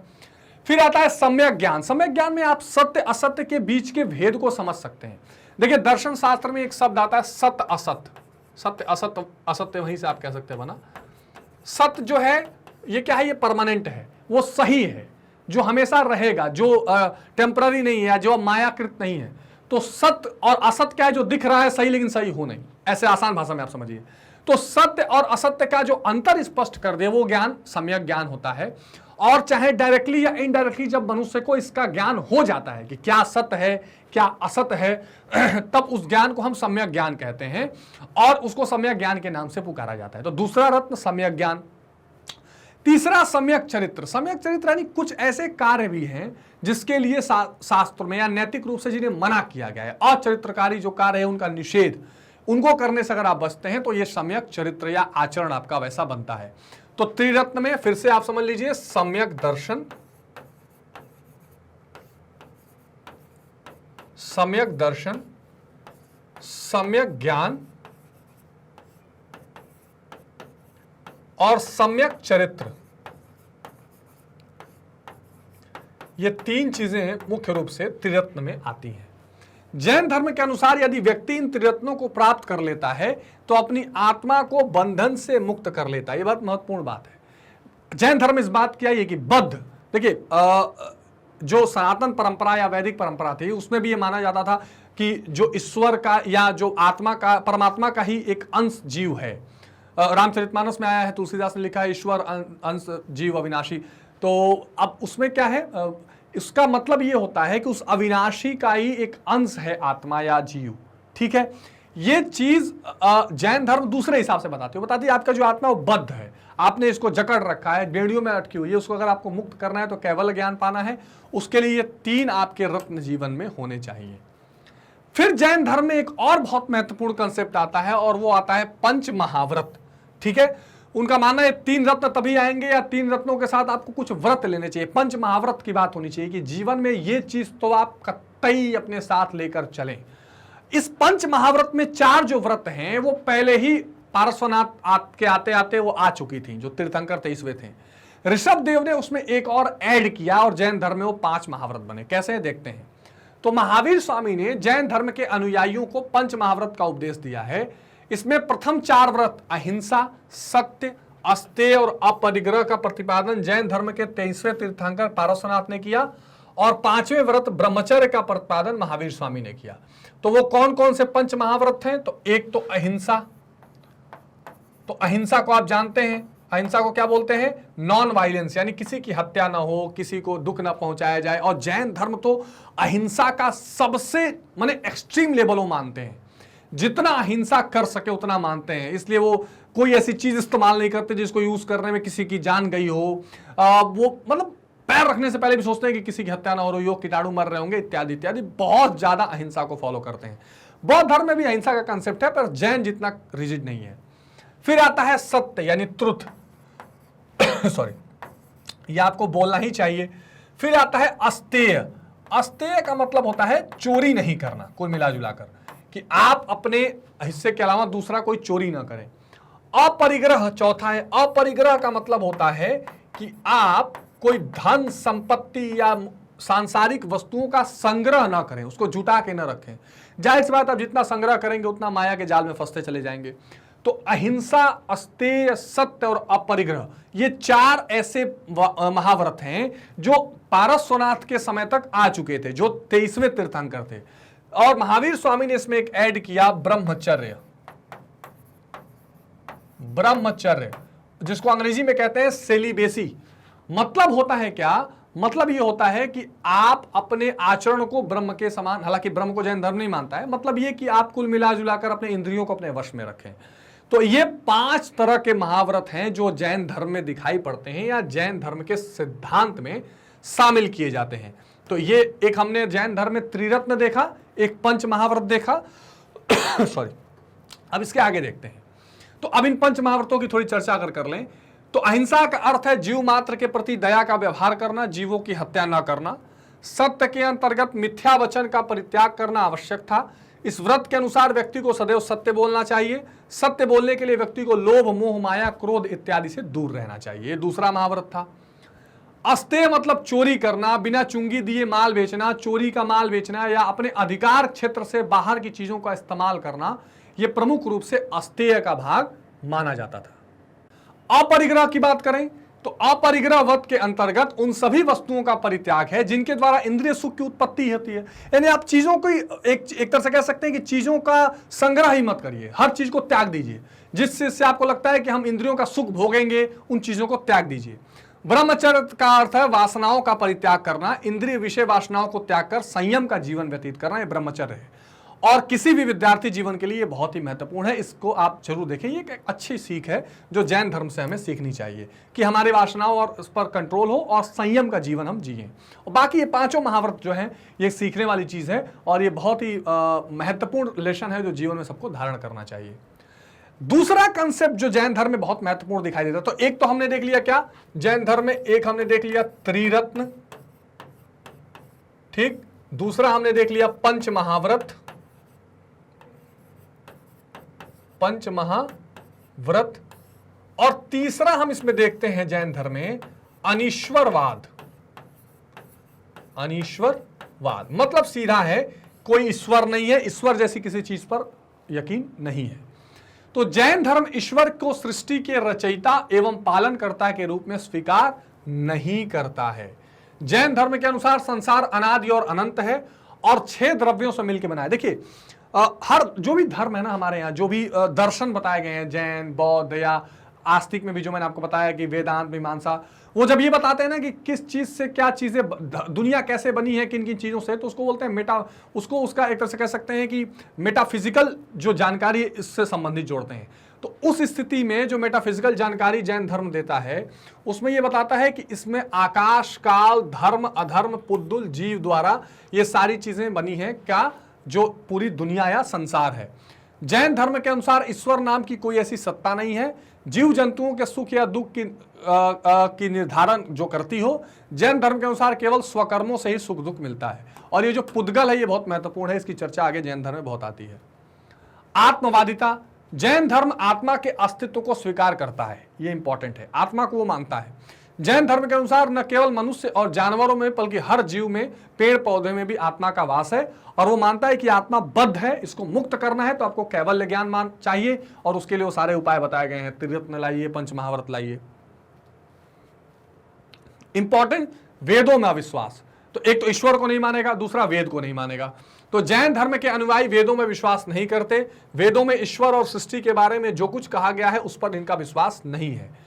जैन धर्म ने ब्राह्मण धर्म में व्याप्त कुरीतियों की आलोचना की है। मैंने आपको बताया कि उस धर्म के खिलाफ ही एक धर्म खड़े हो रहे थे। अहिंसात्मक नीति का पालन करने के कारण जैन धर्म ब्राह्मण धर्म में प्रचलित पशु बलि और यज्ञों का भी घोर विरोधी है। तो जो आप कह सकते हैं कि अगर ब्राह्मण धर्म का सबसे पुरजोर विरोध जैन धर्म करता था तो विशेष रूप से कर्मकांड, बलि प्रथा, वर्ण व्यवस्था, इन सारी चीजों पर वो ब्राह्मण धर्म का विरोधी था या ब्राह्मण धर्म का विरोध करता हुआ दिखाई पड़ता था। यह महत्वपूर्ण है। कर्म और पुनर्जन्म में विश्वास था, बहुत महत्वपूर्ण। जैसा जो कर्म करेगा वैसा जन्म मिलेगा, ऐसा उसका मानना था। जैन धर्म कर्म को प्रधानता देता था और पुनर्जन्म में विश्वास करता है। जैन धर्म के अनुसार इस संसार में जो भी जन्म लेता है उसे वर्तमान जीवन के कर्म और पूर्व जन्म के कर्म के अनुसार फल की प्राप्ति होती है। अब इसकी आलोचना करने वाले लोग कहते हैं कि अच्छा, अगर इसी जन्म के कर्म के अनुसार अगर जीवन प्राप्ति होती है जीवन की अगले जन्म में, तो इसका हिसाब किताब कौन रखता है? कोई तो होगा, वो ईश्वर होगा, ऐसा कहते हैं लोग। दूसरा, निवृत्ति मार्ग, ये बड़ी महत्वपूर्ण बात है। जैन धर्म ये नहीं कहता घर में रहिए और जैन बन के आप केवल ज्ञान पा लीजिए, नहीं। 2 तरह के मार्ग होते हैं। एक मतलब कि जीवन को मुक्त करने के दर्शन में 2 मार्ग बताए गए हैं। एक होता है प्रवृत्ति मार्ग, ठीक है, प्रवृत्ति मार्ग, और एक माना जाता है निवृत्ति मार्ग। प्रवृत्ति मार्ग और निवृत्ति मार्ग। प्रवृत्ति मार्ग का मतलब यह है कि आप अपने जीवन में, आप अपने दैनिक क्रियाओं में, अपने घर परिवार में रमे रहिए और वहां पर आप जो पंथ या धर्म मानते हैं उसको मानते हुए जीवन को मुक्त कर लीजिए। एक होता है निवृत्ति मार्ग कि आप सब कुछ छोड़कर सन्यासी बन जाइए, और वहां से अपने जीवन को मुक्त करने का प्रयास करिए। तो जैन धर्म मानता है कि निवृत्ति ही सबसे प्रधान है। संसार दुखों से भरा हुआ है, अतः दुखों से निवृत्ति यानी संसार से अलग होना आवश्यक है। यह जैन धर्म की बड़ी प्रमुखता है। ये नहीं कहता कि आप घर संसार में रहिए, वो निवृत्ति मार्ग को ही प्रमुखता देता है, निवृत्ति मार्ग को ज्यादा विशेष और प्रधान बताता है। इसमें दुखों का वास्तविक कारण तृष्णा, तृष्णा को आप लालच से जोड़ सकते हैं, या जो प्यास कभी बुझे ना, ऐसी चीजों को तृष्णा कहते हैं। तो इससे जैन धर्म में जोड़ा है कि यह दुख का महत्वपूर्ण कारण है। अतः हर व्यक्ति को तृष्णा त्याग कर निवृत्ति का मार्ग अपनाना चाहिए। ये बड़ी महत्वपूर्ण बात है। यानी सांसारिक मोह माया से, सांसारिक लोभ से उसको अलग रहना चाहिए। उसमें जो पंच महाव्रत में आप जो अपरिग्रह है, ठीक है, ये सारी चीजों को उससे जोड़ सकते हैं। दूसरा, अहिंसा। ये बहुत महत्वपूर्ण एक सीख जैन धर्म देता है, यानी नॉन वायलेंस। तो कर्म और पुनर्जन्म के समान ही अहिंसा का सिद्धांत भी जैन धर्म में विशेष महत्व रखता है। अहिंसा परमो धर्म, अहिंसा सबसे बड़ा धर्म है। यह विचार जैन धर्म का मूल मंत्र है। जैन धर्म के अनुसार जड़ व चेतन दोनों प्रकार की वस्तुओं में जीव का अस्तित्व है, इसलिए आप किसी भी चीज के प्रति हिंसा का भावना मत रखिए, ऐसा जैन धर्म मान के चलता है। ठीक है, तो ये 4-5 महत्वपूर्ण कंसेप्ट आपको जैन धर्म में समझ में आ रहे हैं। समानता और सदाचार पर बल। तो जैन धर्म ब्राह्मण धर्म की प्रचलित जाति प्रथा या वर्ण व्यवस्था का विरोध करता है। मैंने अभी आपसे उसकी चर्चा की। जैन धर्म के अनुसार शूद्र और ब्राह्मण में कोई अंतर नहीं है। निर्वाण प्राप्त करने का अधिकार प्रत्येक व्यक्ति को है, चाहे वह शूद्र हो या ब्राह्मण। निर्वाण यानी आप मोक्ष समझ लीजिए, बंधन से मुक्त होना समझ लीजिए।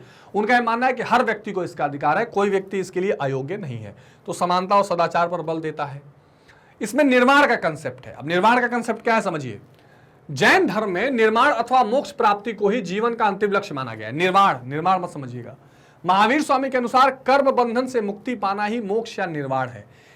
कुछ ऐसी कंसेप्ट आपको सनातन धर्म में भी दिखाई पड़ेगा। सनातन धर्म में भी, जैसे आप अगर भगवत गीता में देखें तो कर्मयोग उसमें बताया गया है। उसमें बताया गया है कि अवश्यमेव ही भोक्तव्यम कर्म कृतम शुभाशुभम। शुभ अशुभ कर्म आप करेंगे तो आपको वैसा फल भोगना पड़ेगा, लेकिन इन कर्मों से ऊपर हो जाना, यानी इन कर्म बंधन से ऊपर होंगे तभी आप फल भोगने से ऊपर होंगे, तभी आपका जन्म चक्र छूटेगा। जैन धर्म में थोड़ा थोड़ा वहां पे सिमिलर दिखाई पड़ता है। वो कहता है कि जो आपका कर्म बंधन है इससे आप मुक्ति पाइए और मोक्ष पाइए। जैन धर्म भी तो कहता है कर्मों के अनुसार अलग जन्म या पूर्व जन्म होता है। तो आप कहते हैं, वो कहता है कि कर्म बंधन से आप मुक्ति पा जाइए। कर्म बंधन से मुक्ति पाने के लिए आवश्यक है कि पूर्व जन्म के दुष्कर्मों का नाश किया जाए और वर्तमान जन्म में सत्कर्म किए जाएं। और इन कर्मों का नाश करने के लिए ही उन्होंने जीवन त्यागने का भी बड़ा कठोर नियम बना रखा है। जैन धर्म में एक कंसेप्ट आता है सलेखना, जिसमें व्यक्ति क्या करता है, भोजन पानी छोड़ देता है, धीरे धीरे शरीर त्याग करता है, अपने कर्मों को जलाता है, ऐसा कहा जाता है। तो कर्म बंधन से मुक्त होना इसमें महत्वपूर्ण बात मानी जाती है। जैन धर्म निर्वाण प्राप्त करने के लिए त्रिरत्न को भी आवश्यक मानता है। तो उसकी चर्चा तो हमने की, त्रिरत्न। और ये त्रिरत्न आपके जीवन में आएंगे तभी जब आप पंच महाव्रत भी फॉलो करें, तो बहुत महत्वपूर्ण है।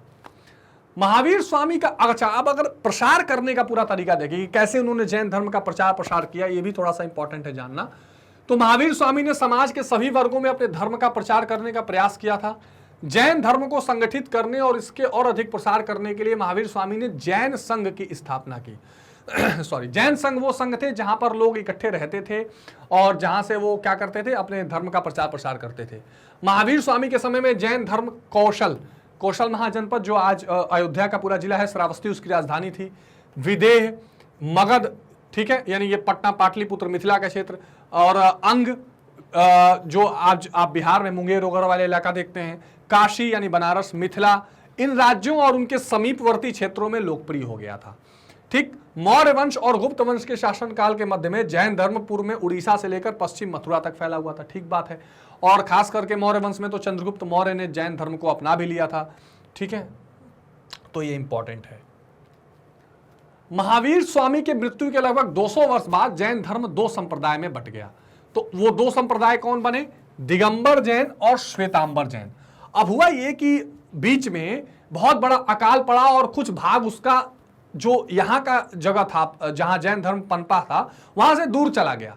और जब वो लौट कर आया देखा कि कई विकृतियां शामिल हो गई। अब जैसे जैन धर्म ये था कि वस्त्र नहीं धारण करना है, तो जो लोग वस्त्र धारण नहीं किए वो दिगंबर रह गए, और जिन्होंने श्वेत सफेद वस्त्र धारण कर लिया तो श्वेतांबर हो गए। ये दोनों संप्रदाय आज तक विद्यमान है। श्वेतांबर जैन मुनि सफेद वस्त्र धारण करते हैं और दिगंबर जैन मुनि के लिए नग्न रहना आवश्यक है। इस विभाजन के बावजूद भी जैन धर्म की प्रगति होती रही। उत्तर भारत, काठियावाड़, गुजरात, राजस्थान और मैसूर, हैदराबाद प्रदेश में इसका प्रसार हुआ। गुजरात में बहुत आपको जैन धर्म के लोग मिल जाएंगे, तो इसका प्रसार महत्वपूर्ण रूप से देखा गया। ठीक है, अब अगर चर्चा करें उसके बाद क्रक्स में कि भारतीय संस्कृति को जैन धर्म से क्या क्या प्राप्त हुआ है, क्योंकि हम सांस्कृतिक विकास का इतिहास पढ़ रहे हैं। तो एक तो अहिंसा का सिद्धांत, और आज भी अहिंसा को हम बहुत प्रमुख मानते हैं अपने पूरे शासन व्यवस्था में। तो अहिंसा का सिद्धांत जैन धर्म की देन है। पशु पक्षी तथा पेड़ पौधों तक की हत्या न करने का अनुरोध अनुयायियों से किया था। अहिंसा के सिद्धांत का ही प्रभाव है कि समस्त देश में दया और धर्म को प्रधान अंग माना जाता है। तो एक तो अहिंसा का सिद्धांत इसकी महत्वपूर्ण देन है। कर्म और पुनर्जन्म का सिद्धांत कि जैसा बोओगे वैसा काटोगे, कर्म के हिसाब से ही अगला जन्म प्राप्त होगा। कर्म और पुनर्जन्म के सिद्धांत में भारतीय जैन धर्म से पहले भी विश्वास करते थे, किंतु जैन धर्म के प्रवर्तकों तथा प्रचारकों ने इस सिद्धांत को इतना वैज्ञानिक और सुबोध बना दिया कि भारत का जन जन यह जान गया कि जैसा बोओगे वैसा पाओगे और वैसा फल भोगना पड़ेगा। तो ये भी इसका एक देन है। दर्शन यानी फिलॉसफी के क्षेत्र में अगर देखा जाए तो जैन धर्म ने भारतीय दर्शन के विकास में महत्वपूर्ण भूमिका निभाई। और इसमें जो स्यादवाद है, स्यादवाद एक तरह का ऐसा कंसेप्ट है जो लगभग आपको किसी भी क्षेत्र में कही गई बात या धारणा को पूरी तरह गलत होने से बचाता है। इसमें एक शब्द बहुत महत्वपूर्ण है, हालांकि बहुत गहरा कंसेप्ट, हमें वो नहीं पढ़ना है यहाँ शायद वर्ड जो है ना, शायद ये हो सकता है, ये नहीं भी हो सकता, इस कंसेप्ट पर ये स्यादवाद महत्वपूर्ण है। इसका अभिप्राय है कि जो बात कही जा रही है वो किसी विशेष अपेक्षा से कही जा रही है, यह बात अन्य दृष्टिकोण से कही जा सकती है कि नहीं भी कही जा सकती है, यानी ये एक पेन हो भी सकता है, ये एक पेन नहीं भी हो सकता है, ऐसा कंसेप्ट है जैन धर्म में। तो दर्शन के क्षेत्र में स्यादवाद का बड़ा महत्वपूर्ण कंसेप्ट जैन धर्म ने दिया है। सामाजिक देन की बात करें तो जैन धर्म की बहुत महत्वपूर्ण देन है। जैन धर्म को आश्रय प्रदान करने वाले शासकों ने जैन धर्म से प्रेरित होकर निर्धन वर्ग के अनेक औषधालय, विश्रामालय यानी हॉस्पिटल, शेल्टर, पढ़ने के लिए पाठशालाएं और कई सारे धार्मिक स्थल भी बनवाए। तो सामाजिक देन भी जैन धर्म के कारण काफी बढ़ी। साहित्यिक देन की बात करें तो बहुत सारे जैन ग्रंथ हैं, हमने शुरू में चर्चा कर ली थी उसकी। जैन धर्म में अनेक महत्वपूर्ण ग्रंथ की रचना की गई। श्वेतांबर तथा दिगंबर जैन संप्रदायों ने अनेक धार्मिक ग्रंथों का सृजन किया। इसमें अंग और कल्पसूत्र बहुत महत्वपूर्ण है, ध्यान रखिएगा, अंग कल्पसूत्र की बात आती है। हेमचंद सूरी विद्वान ने व्याकरण कोश, छंद शास्त्र, व्याकरण पर ग्रंथ लिखे। प्राकृत भाषा को समृद्ध बनाने में जैन धर्म का महत्वपूर्ण स्थान है। तो ये एक इंपॉर्टेंट रोल है साहित्यिक देन, इसको भी आप ध्यान रखेंगे। कला के क्षेत्र में देखें तो जैन धर्म का बहुत महत्वपूर्ण स्थान है, क्योंकि जैन धर्म से संबंधित चीजों को बहुत सारे गुफाओं में इधर उधर छापा गया, बनाया गया। जैन धर्म के अनुयायियों ने अपने धर्म प्रचार के लिए तीर्थंकर की स्मृति को चिरस्थायी बनाए रखने के लिए मंदिर, स्तूप, मठ, स्तंभ, प्रवेश द्वार, गुफा और मूर्तियों का निर्माण कराया। हालांकि ये मूर्ति पूजा के सपोर्ट में नहीं था जैन धर्म, लेकिन हुआ। आज भी आपको कई जैन धर्म मंदिर मिल जाएंगे। मध्य प्रदेश में खजुराहो में अनेक जैन मंदिर हैं। इनमें पारश्वनाथ, शांतिनाथ, आदिनाथ के मंदिर विशेष हैं। काशी में ये मंदिर मिल जाएंगे आपको, भोपाल में मिल जाएंगे, कई जगह ये मंदिर आपको जैन धर्म से मिलेंगे। धार्मिक देन की बात करें तो जैन धर्म के प्रचारकों ने तत्कालीन प्रचलित ब्राह्मण धर्म के अंधविश्वास और कर्मकांडों की आलोचना की, जिससे धार्मिक जो ब्राह्मण धर्म था उसमें कुरीति और दोषों का ज्ञान हुआ और उन्होंने भी अपना सुधार किया। विशेषकर जब शंकराचार्य आए तो उन्होंने बहुत परिवर्तन किए। अपने धर्म के अस्तित्व को बचाए रखने के लिए आवश्यक हो गया कि ब्राह्मण उसमें सुधार करें। अतः जैन धर्म के कारण तत्कालीन प्रचलित ब्राह्मण धर्म पहले की अपेक्षा और सरल हो गया और आडंबर से मुक्त हो गया। तो यह महत्वपूर्ण कंसेप्ट पूरे जैन धर्म से संबंधित था, जिसमें जैन धर्म कैसे फूला पनपा, उसमें 24वें तीर्थंकर का क्या महत्व था, महावीर स्वामी का क्या रोल था, समाज को जैन धर्म ने क्या क्या दिया, और जैन धर्म के महत्वपूर्ण कंसेप्ट जैसे त्रिरत्न, पंच महावर्त, ये सारी चीजें हमने विशेष रूप से देखी। आई होप कि अब जैन धर्म का कंसेप्ट आपको बहुत हद तक समझ में आ गया होगा। अब उसकी तुलना थोड़ा सा हम बौद्ध धर्म से करेंगे, या बौद्ध धर्म को एक सेपरेट लेके भी चलेंगे और दोनों को एक तुलनात्मक अध्ययन करने का भी प्रयास करेंगे और देखेंगे कि उसी समय कालखंड में कैसे बौद्ध धर्म फूला पनपा और क्या क्या महत्वपूर्ण सीख या क्या क्या महत्वपूर्ण दर्शन बौद्ध धर्म से संबंधित देखा जाता है। अब देखते हैं। तो 6ठी शताब्दी ईसा पूर्व में हुए धार्मिक आंदोलनों के फलस्वरूप जैन धर्म के समान ही एक अन्य धर्म का भारत में उदय हुआ, जिसका नाम क्या है? बौद्ध धर्म, जिसकी हम लोग चर्चा करते हुए आ रहे हैं, उसको बौद्ध धर्म के नाम से जाना गया। इसके संस्थापक विश्व के प्रमुख धर्म सुधारक और विचारकों में अग्रणी महात्मा बुद्ध थे, और निश्चित तौर पर इनको विश्व रूप में या विश्व के संदर्भ में समाज सुधारक या धार्मिक सुधार आंदोलन का प्रतिनिधित्व कहा जा सकता है, क्योंकि निश्चित तौर पर भारत में जन्मा ये धर्म दुनिया के बहुत सारे देशों में, खास करके एशिया और मध्य एशिया और इस तरह के कई महत्वपूर्ण देशों तक अपनी छाप छोड़ पाया, और उत्तर पूर्वी एशिया कई ऐसे देश है जहां पर इसकी छाप है और आज भी ये धर्म फल फूल रहा है। महात्मा बुद्ध ने तत्कालीन ब्राह्मण धर्म की व्यवस्था पर अपने विचारों से आघात किया। जैसा मैंने जैन धर्म बताया कि उन्होंने कई सारे हिंदू धर्म या उस समय का जो ब्राह्मण धर्म था उस पर उसको चुनौती दी और जाति व्यवस्था का विरोध करते हुए नैतिक मूल्य और धर्म के नवीन सिद्धांतों का प्रतिपादन किया। तो नई नई सिद्धांत इन्होंने दिया। अब जो इनकी जीवन की घटनाएं हैं, अगर कुछ ग्रंथ आप देखें तो ललिता विस्तर, ये विस्तर हो चाहे विस्तर विस्तर दोनों का है, ललिता विस्तर, बुद्ध चरित, महावस्तु, सुत्त निपात, ये 2-4 ऐसी 3-4 किताबें हैं जिनसे बुद्ध के जीवन काल की चीजें प्राप्त होती हैं। और तो बहुत सारी किताबें ग्रंथ है ही। महात्मा बुद्ध का जन्म कपिलवस्तु के पास लुम्बिनी वन 563 में हुआ। ये बहुत महत्वपूर्ण है, ध्यान रखिएगा, लुम्बिनी, ठीक है। महात्मा बुद्ध के पिता का नाम शुद्धोधन और शाक्यों के राज कपिलवस्तु के शासक थे। तो ये सब नेपाल का एरिया है और 563 ईसा पूर्व में उनका जन्म हुआ था। ये महत्वपूर्ण है, ध्यान रखिएगा। 3-4 घटनाएं महात्मा बुद्ध के जीवन से बड़ी जरूरी हैं। एक जन्म की घटना, एक उनके ज्ञान प्राप्त की घटना, एक उपदेश की घटना, एक उनका महापरिनिर्वाण जब उन्होंने देह छोड़ा था। तो ये इंपॉर्टेंट है। महात्मा बुद्ध के बचपन का नाम सिद्धार्थ था और ये सिद्धार्थ नाम किसका था? महावीर स्वामी जो जैन धर्म के 24वें तीर्थंकर उनके पिता का नाम था। खैर, महात्मा बुद्ध के बचपन का नाम एक तरह से कह सकते हैं कि सिद्धार्थ था। सिद्धार्थ सांसारिक दुखों को देखकर बहुत दुखी हो जाते थे और कई बार राजा उनको एक तरह से बहुत सेफ प्रोटेक्शन में रखते थे कि ये सांसारिक दुखों को ना देखे, जिससे इसके अंदर कोई वैराग की भावना न आए। लेकिन पुत्र जन्म के सुअवसर पर पूरे राज्य में खुशियां मनाई गई। सिद्धार्थ ने पुत्र जन्म का समाचार सुनकर कहा कि आज मेरे बंधन की श्रृंखला में एक और कड़ी जुड़ गई। यानी उनके जो विचार थे वो कहीं ना कहीं सांसारिक भोग विलास से ऊब रहे थे, उनको उसमें बहुत आनंद आ नहीं रहा था। एक दिन उन्होंने बागीचे में कुछ महत्वपूर्ण चीजें देखी, कुछ दुख, सांसारिक दुखों का उन्होंने एक तरह से कह सकते हैं कि दर्शन किया। एक वृद्ध व्यक्ति को देखा, एक रोगी व्यक्ति को देखा, तीसरे दिन एक मृत व्यक्ति को देखा और चौथे दिन एक सन्यासी व्यक्ति को देखा। 4 चीजें उनके मस्तिष्क पर प्रभाव डाल रही थी और उनका गृहस्थ जीवन से वैराग्य होगा। उनको लगा कि भाई ये क्या है, जीवन में लोग जन्म ले रहे हैं और कभी दुखी हैं, कोई परेशान है, कोई दुनिया को छोड़कर सन्यासी बन रहा है। तो वैराग्य यानी जिसको कहते हैं डिटैचमेंट, वो उनका होने लगा पूरी दुनिया से। और एक रात को अपनी पत्नी और पुत्र को सोता हुआ छोड़कर उन्होंने गृह छोड़ दिया, घर छोड़कर वो ज्ञान की खोज में निकल पड़े। सिद्धार्थ फिर गया पहुंचे। आज भी वो जगह है, गया एक मगध साम्राज्य का ही हिस्सा हुआ करता था और गया दक्षिण बिहार का भाग है और गया में बोध गया वो जगह है जहां पर वो पहुंचे, ठीक है। और उन्होंने एक वट वृक्ष के नीचे समाधि लगाई और प्रतिज्ञा की कि जब तक ज्ञान प्राप्त नहीं होगा नहीं हटेंगे। यही वो वट वृक्ष से बोधि वृक्ष भी कहा जाता है। बहुत महत्वपूर्ण इसका नाम, बहुत ही, जिसको बौद्ध धर्म का पवित्र स्थलों में से एक माना जाता है। बड़ी खूबसूरत जगह भी है, कभी जरूर देखिए। 7 दिन और 7 रात समाधिस्थ रहने के उपरांत 8वें दिन वैशाख पूर्णिमा के दिन उन्होंने सच्चे ज्ञान की प्राप्ति हुई। इस घटना को संबोधि कहा गया। जिस वट वृक्ष के नीचे उन्होंने ज्ञान प्राप्त किया उसको बोधि वृक्ष और बोध गया वो जगह कहा जाने लगा और सिद्धार्थ को भी महात्मा बुद्ध कहा जाने लगा। तो वो बहुत ही ऐतिहासिक क्षण था जब उनको ज्ञान की प्राप्ति हुई। ये महत्वपूर्ण कॉन्सेप्ट्स हैं जो आपसे पूछे जाते हैं, ध्यान रखेंगे आप। ज्ञान प्राप्त होने से उनके जीवन में ऐसा मार्ग खोज निकला जिसका पालन समय, स्थान और विद्यमान संस्कृति की परवाह किए बगैर कर सकते थे।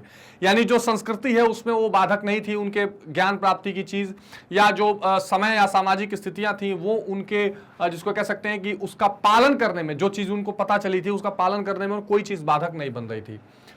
उन्होंने दुखों को दूर करने के लिए और मुक्ति के मार्ग ढूंढ लिया और इस मार्ग को मध्यम मार्ग कहा। यह बहुत ही महत्वपूर्ण कंसेप्ट है। आप बौद्ध दर्शन जब कभी डिटेल में पढ़ेंगे तो इसकी चर्चा बहुत डिटेल में आती है। अंग्रेजी में इसको मिडिल पाथ के नाम से जाना जाता है। इसका मुख्य मतलब या जो मेन जो महत्व है या जो महत्वपूर्ण इस बात को जाना जाता है वो कहा जाता है कि किसी भी चीज के अति से बचना। यानी जो बौद्ध ये मध्यम मार्ग होता है वो किसी भी चीज के एक्सट्रीमिज्म से बचता है, किसी भी चीज का एक्सट्रीम नहीं होना चाहिए, है ना। यानी जैसे मान लीजिए आप धर्म का पालन कर रहे हैं तो धर्म के पालन में आप इतने एक्सट्रीम मत हो जाइए कि वो चीज आपके व्यवहारिक जीवन से कट जाए, और इतना भी आप एकदम से जिसको कह सकते हैं कि निश्चिंत या निफिक्र मत हो जाइए कि वो आपके धार्मिक और नैतिक मूल्यों का हनन हो जाए। तो उन्होंने जीवन में हर चीज के लिए मध्यम मार्ग को महत्वपूर्ण बताया और मिडिल पाथ को उनके हिसाब से सबसे इसमें इंपॉर्टेंट माना गया है। तो इसी को उन्होंने मध्यम मार्ग बताया। यह आज भी जीवन के लिए बड़ा इंपॉर्टेंट है। ज्ञान प्राप्ति के पश्चात बुद्ध ने सारनाथ पहुंचकर सर्वप्रथम उपदेश दिया। तो उत्तर प्रदेश का जो वाराणसी जिला है वहां पर यह सारनाथ जगह है और उन्होंने जो पूर्व में उनका साथ छोड़ गए साथी थे उनको वहां पर जाके उपदेश दिया और ये 5 शिष्यों ने उनसे उपदेश किया। इन शिष्यों को पंचवर्गीय कहा गया और जो उपदेश देने का पूरा कंसेप्ट था जो उपदेश देने का वो महत्वपूर्ण समय था उसे धर्म चक्र प्रवर्तन कहा गया है। ध्यान रखिए, क्वेश्चन पूछा जाता है कि धर्म चक्र प्रवर्तन किस चीज से संबंधित है, तो उनके पहले उपदेश से संबंधित है। कहां पहला उपदेश दिया था? सारनाथ में। फिर बिंबिसार, अजातशत्रु, मुंड जैसे शासक, धनी, वैश्य और क्षत्रिय भी उनके अनुयायी बनते चले गए और वो उनको फॉलो करते चले गए। कौशल राज्य में महात्मा बुद्ध के अनुयायियों की संख्या बहुत सर्वाधिक थी। तो कौशल राज्य कौन था? वही राज्य जो अयोध्या आज का आप देखते हैं, श्रावस्ती और वो इलाका, उसमें सबसे ज्यादा अनुयायी थे। कौशल के राजा प्रसेनजीत और उसकी पत्नी मल्लिका तथा बहनें सोमा और शकुला भी महात्मा बुद्ध की अनुयायी बन गई थी। तो ये महत्वपूर्ण नाम है जिनको अक्सर पूछा जाता है।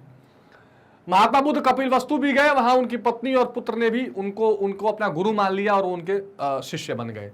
80 वर्ष की अवस्था में वे घूमते हुए पावा पहुंचे, जहां उन्हें अतिसार रोग हो गया। उसके पश्चात वह कुशीनगर पहुंचे। कुशीनगर, पहले कुशीनगर देवरिया जिले में आता था, अब वो कुशीनगर अपने आप में जिला है, गोरखपुर मंडल, उत्तर प्रदेश में। और इस कुशीनगर में ही उन्होंने अपना शरीर छोड़ दिया 483 ईसा पूर्व में, और उस कंसेप्ट को महापरिनिर्वाण कहा जाता है। तो एक तो जो उनको ज्ञान प्राप्ति हुई, देखिए 3-4 इंपॉर्टेंट कंसेप्ट आपके सामने थे, इसको आप जरूर रिवीजन कर लेंगे। एक आपके सामने आया संबोधि, जहां उनको ज्ञान प्राप्त हुई, एक धर्म चक्र प्रवर्तन और एक पंचवर्गीय उनके शिष्यों को कहा गया।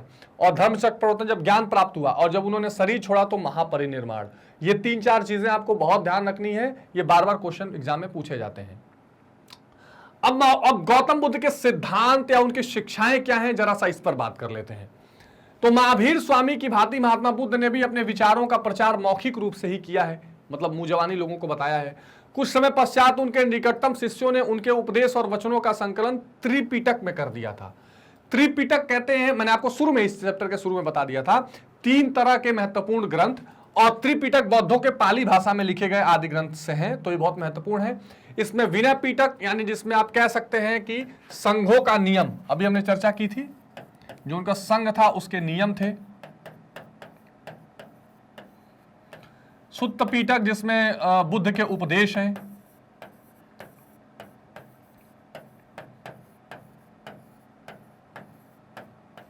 और अभिधम्म पिटक, जिसमें क्या है? बौद्ध दर्शन, जो फिलॉसफी है बौद्ध धर्म की, जो सिद्धांत हैं, उनकी बातचीत की गई है। तो ये महत्वपूर्ण चीजें इन 3 पिटकों में हैं, और इसमें बौद्ध धर्म के सिद्धांतों के बारे में इससे जानकारी मिलती है। बहुत महत्वपूर्ण है, ये बार बार पूछा जाता है, इसको ध्यान में रखेंगे आप। फिर उन्होंने 4 आर्य सत्यों की बात की। उन्होंने कहा कि ये जो पूरा जीवन है ये 4 आर्य सत्यों पर आधारित है। उन्होंने कहा कि देखिए, एक तो सबसे बड़ा सत्य यह है कि दुख है। उन्होंने कहा कि दुख का कारण है, और फिर उन्होंने क्या बताया कि दुख को खत्म किया जा सकता है, और दुख को खत्म करने का रास्ता क्या है वो भी बता दिया है।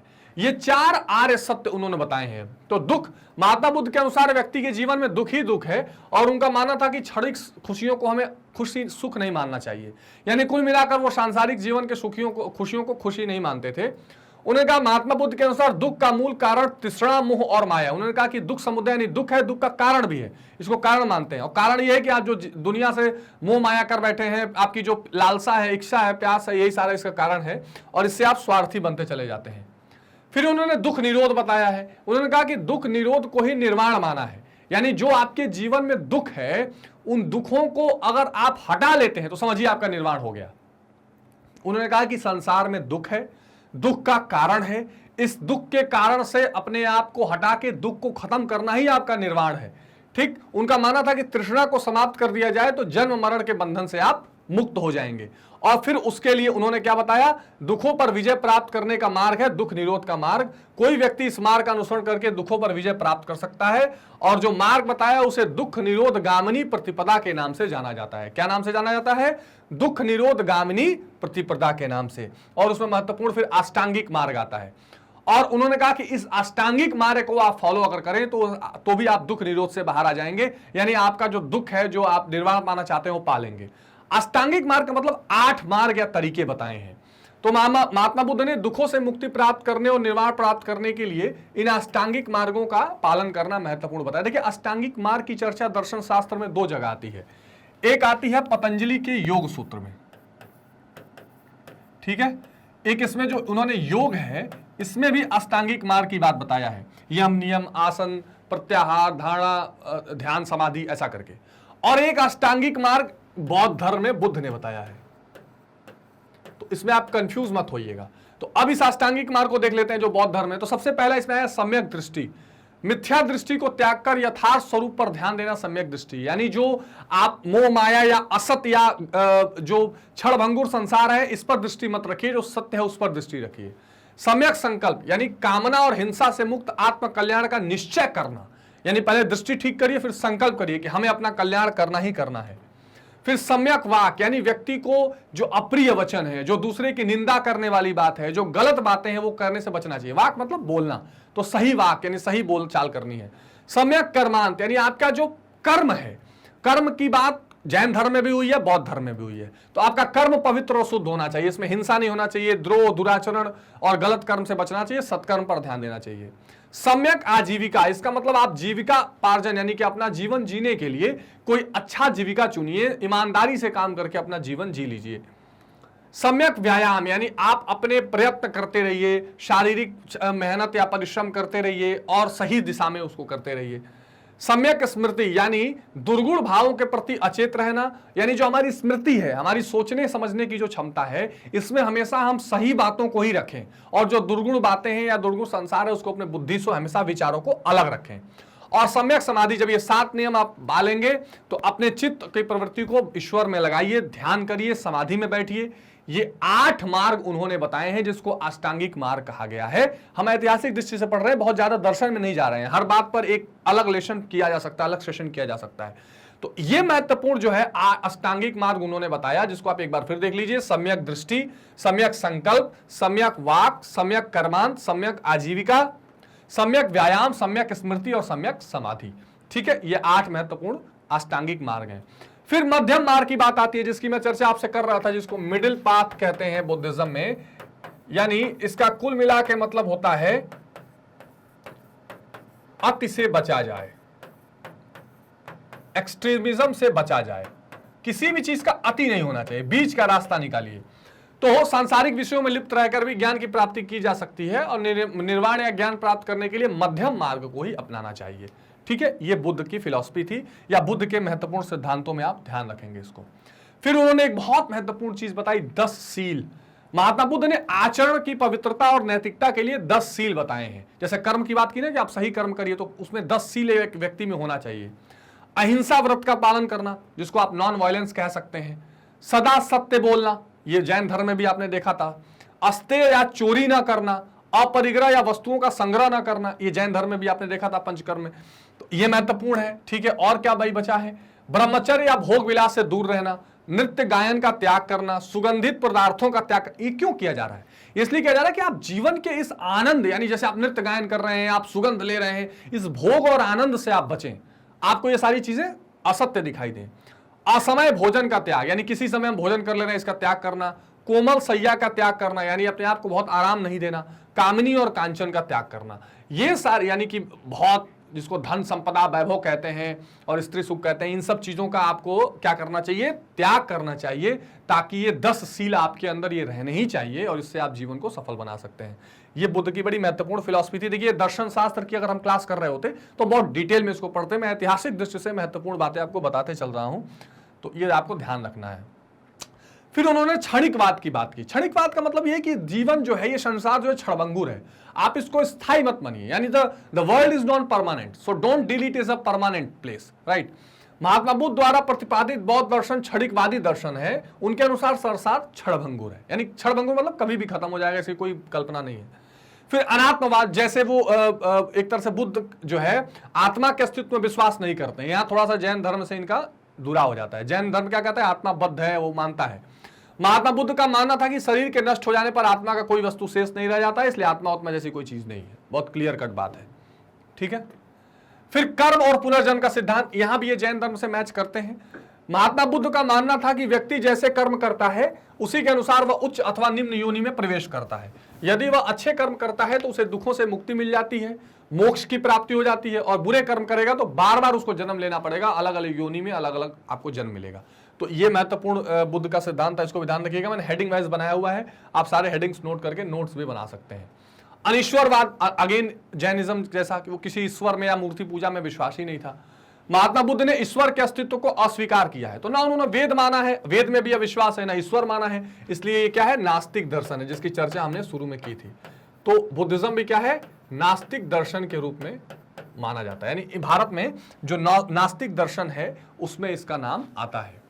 महात्मा बुद्ध का मानना था कि विश्व की उत्पत्ति के लिए ईश्वर की आवश्यकता नहीं है, कर्म कारण के सिद्धांत, यानी कर्म आप करेंगे वैसा आपका फल होगा, इसी सिद्धांत से पूरा दुनिया चलता है। वेदों में अविश्वास, उन्होंने वेदों की रीतियों, कर्मकांडों, हर चीज का विरोध किया है, बलि का विरोध किया है, और वेदों को सिरे से खारिज कर दिया है।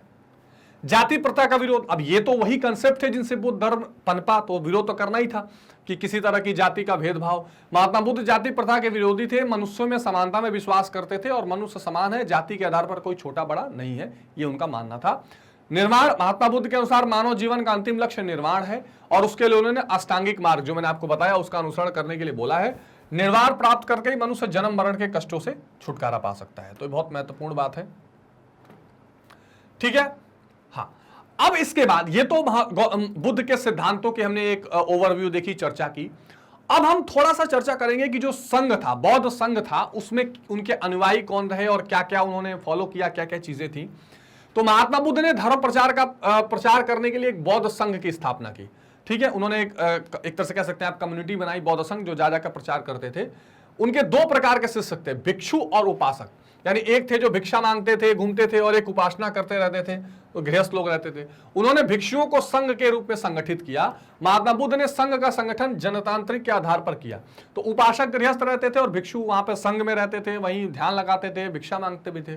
भिक्षु और भिक्षुणियों को संघ में विशेष नियम का पालन करना पड़ता था, और यही नियम का पालन जहां था वो विनय पिटक में लिखा हुआ है। बौद्ध संघ के नियमों के बारे में महत्वपूर्ण जानकारी विनय पिटक नामक ग्रंथ में आई है। हमने चर्चा की थी कि जिसको संघ में रहना है वो क्या क्या नियम का पालन करे, उसमें आता था। पहले शुरू में बौद्ध धर्म में जो स्त्री उपासकों को निषेध था, बाद में उनको भी उसमें शामिल किया गया। बौद्ध नियम के निर्माण भिक्षु भिक्षुणियों के जीवन को नियंत्रित करने के लिए किया गया था। संघ में सभी सादा जीवन व्यतीत करते थे, उनके पास जीवन यापन के लिए अति आवश्यक वस्तु के अतिरिक्त और कुछ नहीं होता था। इनके अनुयायी सामाजिक वर्गों से संबंधित थे, इसमें राजा, धनवान, गृहपति, सामान्य जन, कर्मकार, दास, शिल्पी सभी शामिल थे। और एक बार संघ में आ जाने के बाद सबको समान समझा जाता था, क्योंकि भिक्षु भिक्षुणी बनते उन्हें अपनी पुरानी पहचान को त्यागना पड़ता था। ये जो कंसेप्ट था, ये कहीं ना कहीं जो जाति व्यवस्था उस समय व्याप्त थी उससे उनको अलग करती थी, और ब्राह्मण धर्म से जो समस्या थी उसको अलग करती थी, ये आकर्षित करती थी लोगों को। बौद्ध धर्म का प्रसार केवल भारत में नहीं बल्कि पूरे दुनिया में हुआ, इसमें कोई दो राय नहीं है पूरा। इसीलिए गौतम बुद्ध को क्या कहना पड़ा, light of Asia, light of Asia, ध्यान रखिए। चाणक्य को विदेशियों ने मैकियावेली तो कहा है, यह ध्यान रखिए, लेकिन यहां के राम को क्राइस्ट ऑफ यूरोप नहीं कहा है, या क्राइस्ट ऑफ एशिया नहीं कहा है, लेकिन बुद्ध को लाइट ऑफ एशिया कहना पड़ा। ये बहुत महत्वपूर्ण बात है। और क्योंकि देखिए एशिया के आज भी अगर आप देखें, चाइना देखें, तिब्बत देखें, म्यांमार देखें, भूटान देखें, इसके अलावा मंगोलिया का कुछ भाग, कोरिया में, तो यहां पर बुद्ध धर्म, श्रीलंका, बौद्ध धर्म का आज भी महत्वपूर्ण रूप से प्रभाव है, मुख्य रूप से वो धर्म माना जाता है। तो ये आज भी विद्यमान है। बौद्ध धर्म अपने प्रादुर्भाव के थोड़े समय में समस्त भारत में फैल गया था। महात्मा बुद्ध के जीवन काल में ही मगध, कौशल, कौशांबी जैसे शक्तिशाली राज्य के प्रजा तथा लिच्छवी, मल और शाक्य गणराज्यों की प्रजा ने बौद्ध धर्म को अपना लिया था। तो ये तो महत्वपूर्ण बात हमें पता ही है। यात्री हेनसांग और इत्सिंग के अनुसार बौद्ध धर्म 7वीं शताब्दी के अंत तक सारे देश में प्रचलित हो गया था। हमने ये भी देखा था कि कैसे अशोक ने उसको फॉलो किया और बहुत राजाओं ने। 9वीं और 10वीं शताब्दी तक की अनेक बौद्ध प्रतिमाएं महोबा, एलोरा, नासिक, बाग, अजंता, दक्षिण के अन्य प्रदेशों से प्राप्त हुई हैं। इसके अलावा जो स्कूल ऑफ आर्ट है, जैसे मथुरा, गांधार, अमरावती, वहां से भी बहुत सारे बुद्ध की प्रतिमाएं मिली हैं। 12वीं शताब्दी तक बौद्ध धर्म आंतरिक रूप से दुर्बल होने लगा, लेकिन भारत में प्रचलित रहा। उसके पश्चात मुस्लिम युग में बौद्ध भारत में विलुप्त हो गया, परंतु भारत की सीमाओं के पार वो फलता फूलता रहा। तो ठीक बात है, जैसे ही जैसे खास करके जो 10वीं शताब्दी थी वो जैसे जैसे आगे बढ़ती चली गई, उसके बाद फिर शंकराचार्य का उदय, और फिर उसके बाद मुस्लिम शासकों का उदय, उसके बाद हिंदू धर्म और मुस्लिम धर्म ही फला फूला, भारत में बौद्ध धर्म कहीं ना कहीं फिर से थोड़ा सा नीचे जाने लगा। तो ये आपको ध्यान रखना है। एनसीईआरटी भी बोलती है कि Buddhism lost its roots from the soil from where it evolved, और जिस माने धरती से बुद्धिज्म पनपा वहां पे वो विलुप्त होता गया, बाकी दुनिया में फल फूल रहा था। तीसरी शताब्दी ईसा पूर्व में मौर्य सम्राट अशोक के शासनकाल में बौद्ध धर्म भारत से बाहर गया। उन्होंने तो अपने पुत्री संघमित्रा और पुत्र को भी भेजा श्रीलंका तक। भारत के बाहर मिस्र, ध्यान रखिए इसलिए मध्य एशिया की बात आती है, मिस्र, इजिप्ट, मैसेडोनिया, हालांकि मिस्र अफ्रीका से संबंधित है, सीरिया, म्यांमार, श्रीलंका आदि देशों में बौद्ध धर्म प्रचारक भेजे गए। कनिष्क के शासनकाल में मध्य एशिया में बौद्ध धर्म का प्रचार हुआ। मध्य एशिया में काशगर, यारकंद, खोतान, कूची, तुर्फान आदि स्थानों से प्रमाणित होता है कि इन स्थानों में बौद्ध धर्म का खूब प्रचार हुआ था। ठीक है, मध्य एशिया से बौद्ध धर्म चीन में पहुंचा और वहां उसका प्रसार कोरिया और जापान में हुआ। ये बहुत महत्वपूर्ण है और आज भी यहां प्रमुख रूप से इस धर्म को माना जाता है। दक्षिण पूर्व एशिया में हिंद, चीन, थाईलैंड, म्यांमार, कंबोडिया जैसे देश हैं, ब्रुनेई जैसे देश हैं, ये ऐसे देश हैं, लाओस, जहां पर आज भी आपको बुद्ध के अवशेष और उसको मानने वाले लोग मिल जाएंगे। तो ये बहुत इंपॉर्टेंट है, थाईलैंड तो खास करके। अब कुछ कारण की अगर बात करें कि अब देखिए देशों की अगर बात करें तो ये सारे वो देश थे इसकी मैं बात करता हूँ। यहाँ भारत में तो था ही, उसके बाद यहाँ चीन चला गया, ये भूटान है ना, उसके बाद थोड़ा मंगोलिया में, इधर दक्षिण पूर्व एशिया में थाईलैंड, म्यांमार जैसे देश इधर हैं, इधर मिस्र तक इधर। तो ये कुछ महत्वपूर्ण देशों में एक तरह ये फैलता रहा बुद्धिज्म। हाँ, ये ठीक है कि यूरोप और दक्षिण अमेरिका, उत्तरी अमेरिका जैसे कॉन्टिनेंट तक नहीं पहुंचा, लेकिन दुनिया के कई देशों में इसका प्रसार रहा है। अब थोड़ा सा ये देखेंगे कि ऐसा क्या कारण रहा कि बुद्ध धर्म का प्रचार इतना होता रहा। मैंने आपको शुरू में बताया कि विशेष रूप से ब्राह्मण धर्म के खिलाफ, ये खिलाफ तो नहीं कहेंगे कि इसके ये रीजन था कि हम ब्राह्मण धर्म को दबा दें लेकिन ये उस समय फला फूला जब ब्राह्मण धर्म से लोग समस्या में थोड़े थे या उसमें कुछ कुरीतियां व्याप्त हो गई थी। तो बौद्ध धर्म का प्रसार अत्यधिक तीव्रता से न केवल भारत में बल्कि विश्व के अनेक देशों में हुआ।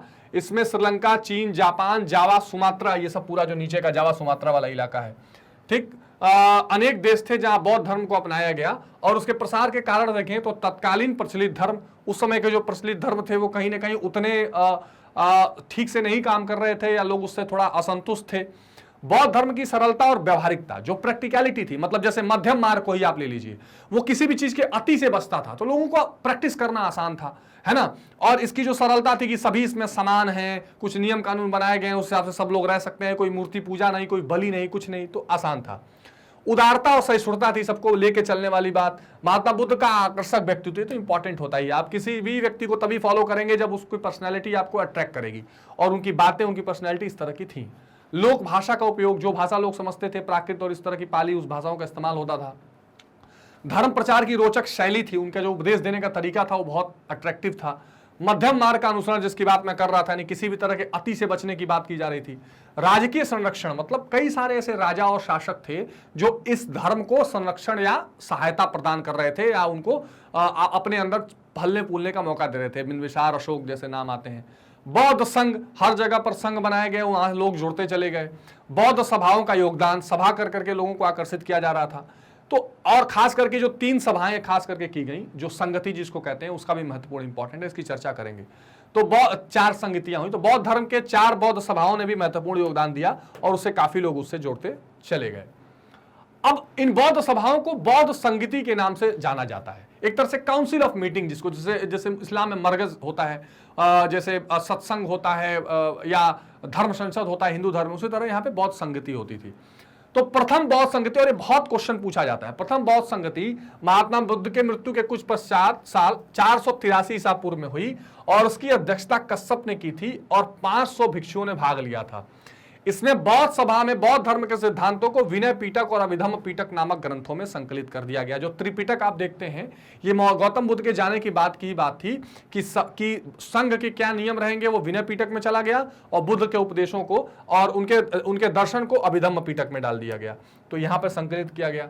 तो द्वितीय बौद्ध संगति जो हुई, ये 383 लगभग 100 साल बाद हुई और वैशाली में आयोजित की गई। इसकी अध्यक्षता मगध के शासक कालाशोक ने की थी, कालाशोक ने इसको करवाया और भिक्षुओं के जो विवाद थे आपस में उसको दूर किया। तृतीय बौद्ध संगति मौर्य सम्राट अशोक के काल में हुई, इसकी अध्यक्षता तिस्स ने की थी और बौद्ध सभा में सुत्त पीटक नामक ग्रंथ, जिसमें बुद्ध के उपदेश थे, पहले 2 ही पीटक था, विनय पीटक, अभिधम्म पीटक, सुत्त पीटक इस सभा तृतीय बौद्ध संगति में लाया गया। बहुत महत्वपूर्ण ये सब कहानियां हैं, रोचक हैं।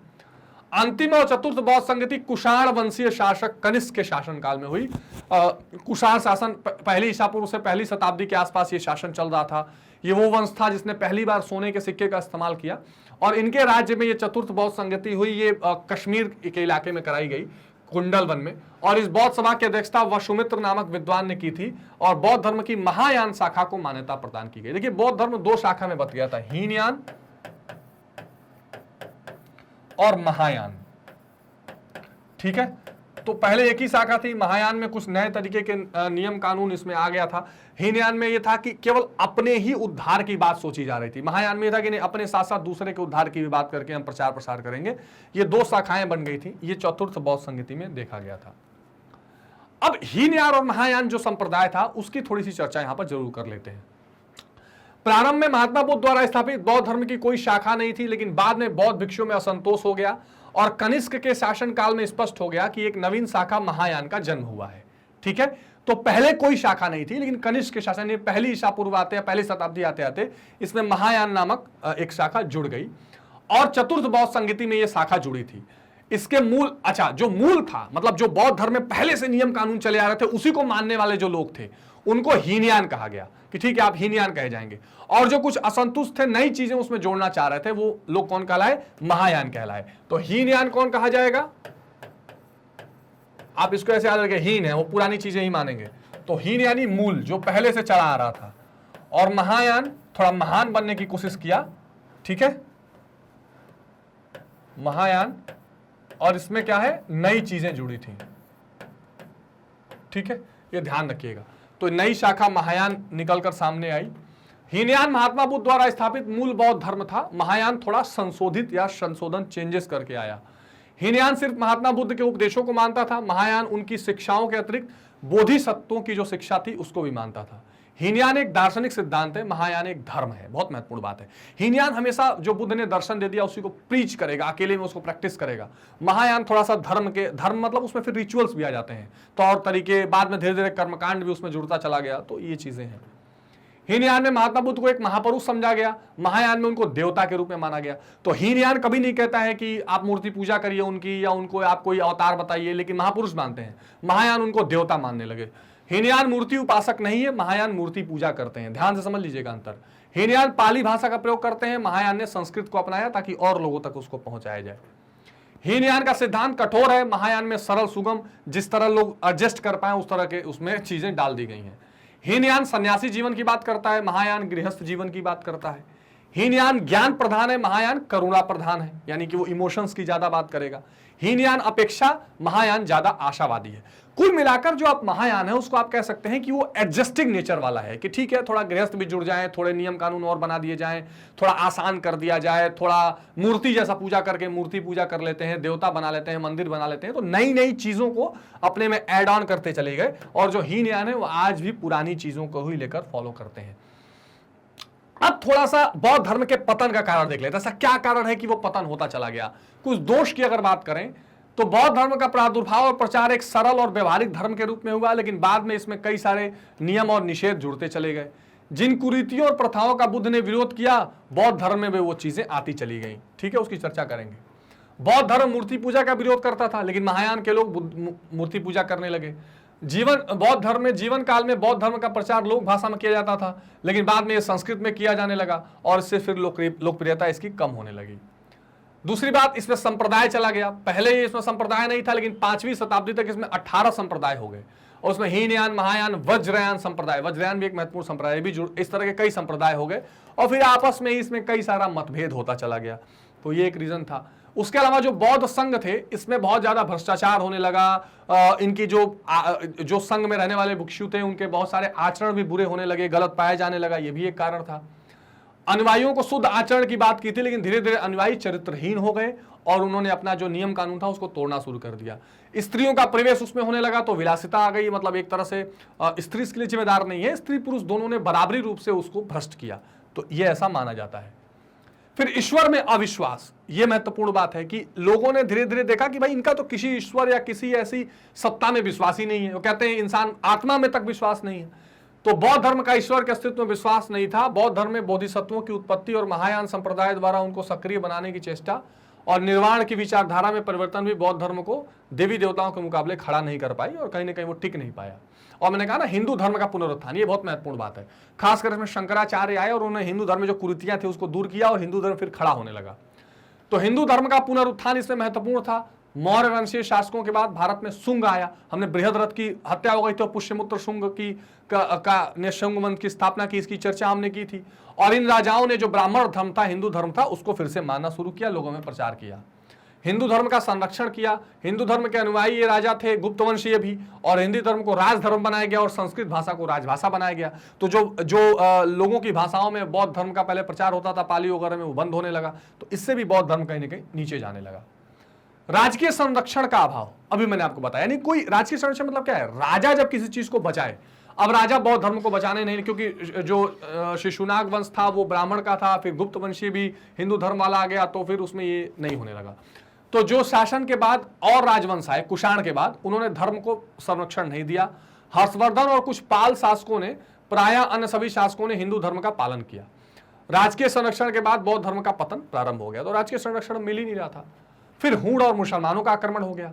अब जैसे नालंदा एक बौद्ध धर्म का बड़ा इंपॉर्टेंट पार्ट था, लेकिन बख्तियार खिलजी आया मुसलमान और उसने उसको बुरी तरह तोड़ ताड़ के उसमें आग लगा दी, सब भिक्षुओं को मार डाला, कुछ लोग भागे वहां से। तो इस आक्रमण ने भी बौद्ध धर्म को बहुत नुकसान पहुंचाया। भारत में हूण का निरंतर आक्रमण होने लगा, जिन प्रदेश पे आक्रमण हुए वहां बौद्ध विहार मंदिर सब नष्ट भ्रष्ट कर दिया गया, तो ये खत्म होने लगा। बौद्ध धर्म को काफी आघात पहुंचा, जो इनके मंदिर थे, विहार थे, चैत्य वो होते थे। चैत्य और विहार दो चीजें बौद्ध धर्म में इंपॉर्टेंट थी, चैत्य और विहार। ये जो विहार है ये बुद्धिस्टों के रहने का स्थान था या निवास स्थान था, और जो चैत्य था ये पूजा स्थान था। ठीक है, इस बात का आपको ध्यान रखना है। अनेक बौद्ध भिक्षुणियों की हत्या कर दी गई, ये इंपॉर्टेंट है। फिर वैष्णव संप्रदाय, ये नया संप्रदाय आया। तो हमने अब क्या देख लिया, जैन धर्म को देख लिया, सांस्कृतिक विकास का इतिहास हम देख रहे हैं, उसमें हमने कुछ धार्मिक आंदोलनों के बारे में पहले ग्रंथों की चर्चा की, फिर जैन धर्म देखा, फिर बौद्ध धर्म देखा। अब कुछ और नए जो आप कह सकते हैं कि धार्मिक संप्रदाय थे, उनकी जरा चर्चा कर लेते हैं, जिसमें सबसे महत्वपूर्ण आता है वैष्णव संप्रदाय, जो विष्णु को आराध्य मानता है, विष्णु को अपना आराध्य मानता है।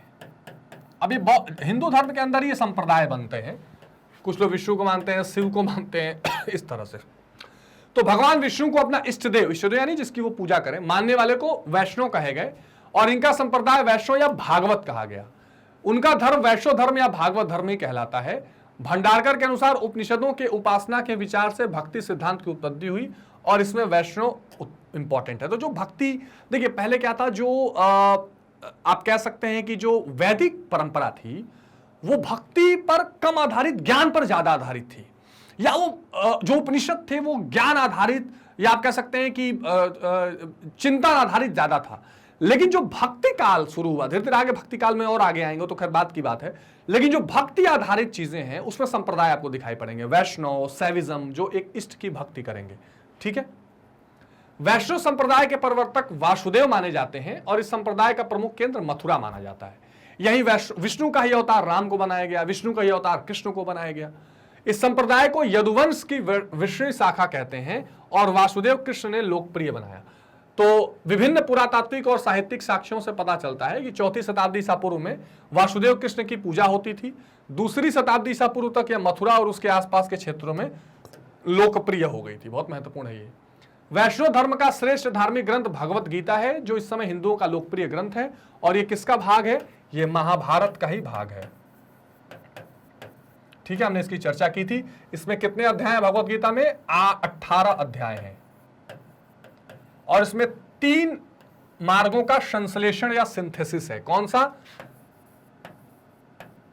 कर्म मार्ग, या जिसको योग के नाम से कहते हैं।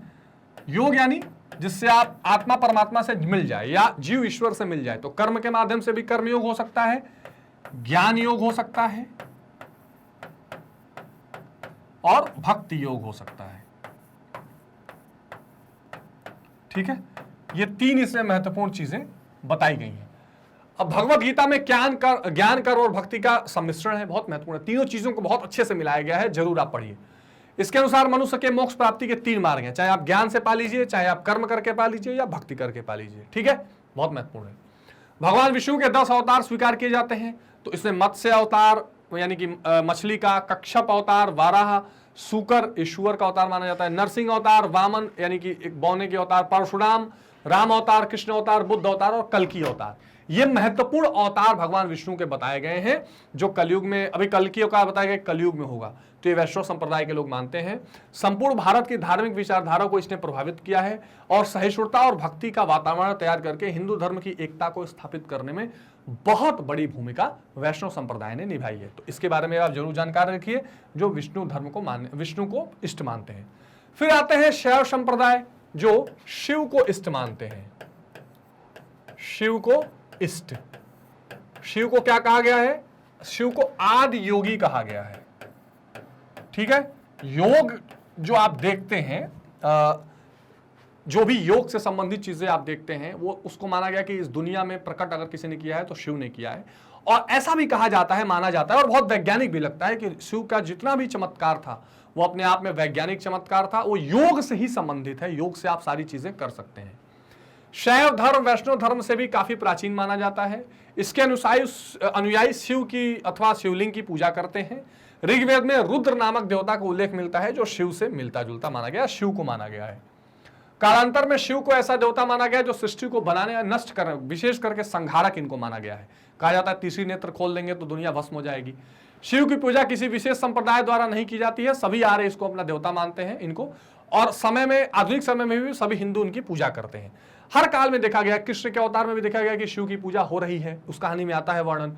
राम अवतार में भी देखा गया है कि राम स्वयं शिव की आराधना करते हैं, रावण भी शिव की आराधना करते हैं। तो हर काल में इनकी विशिष्टता बनी हुई है, ऐसा दिखाया जाता है।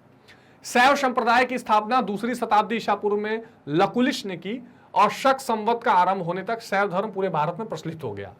गुप्त काल तक यह हिंदू धर्म का सर्वाधिक लोकप्रिय संप्रदाय बन गया और शैव संप्रदाय पाशुपत, शैव, कापालिक, कालामुख संप्रदाय में विभक्त हो गया। कुछ लोग पाशुपत संप्रदाय के हैं, शैव हैं, कापालिक हैं, कालामुख हैं। तो बहुत महत्वपूर्ण, शिव से संबंधित बहुत सारे प्रैक्टिसेस किया जाता है। जो तंत्र आपने सुना है, तंत्र, इसमें भी शिव को बहुत महत्वपूर्ण माना जाता है और बहुत हद तक कभी धार्मिक चर्चा होगी तो उसकी जरूर बात होगी।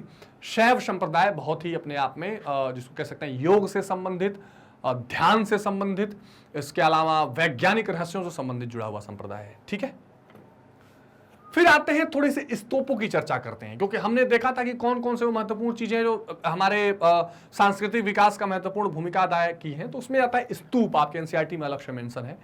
अब ये स्तूपों का जो पूरी संरचना या रचना है, ये अपने आप में उस समय के ऐतिहासिक काल का वर्णन करती है।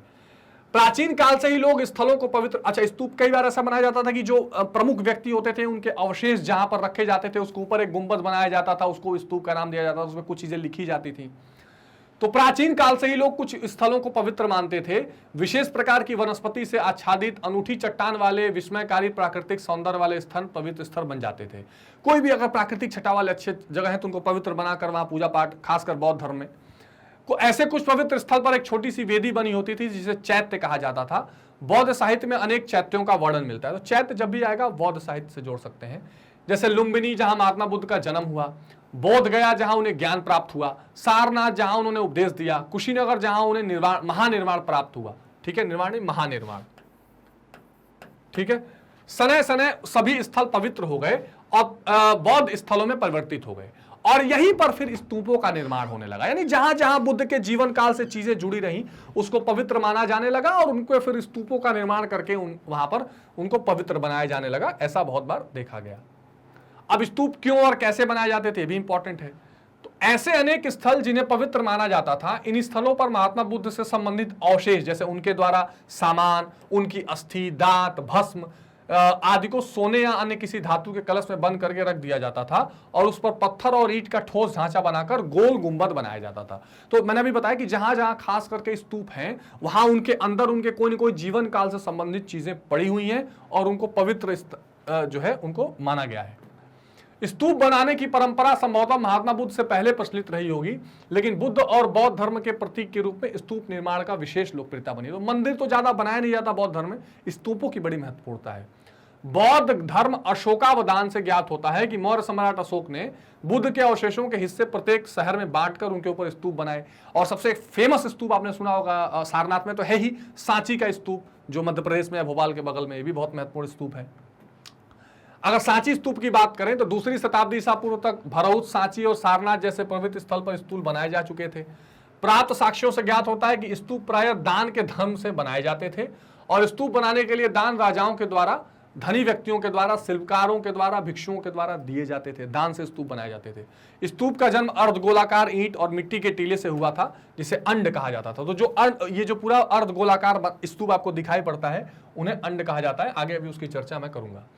सांची, ये उस पर बनाए जाने वाली चित्रकारियां थी। सांची स्तूप के एक तोरणद्वार का निर्माण हाथी दांत का काम करने वाले शिल्पियों के संग दान द्वारा कराया गया है।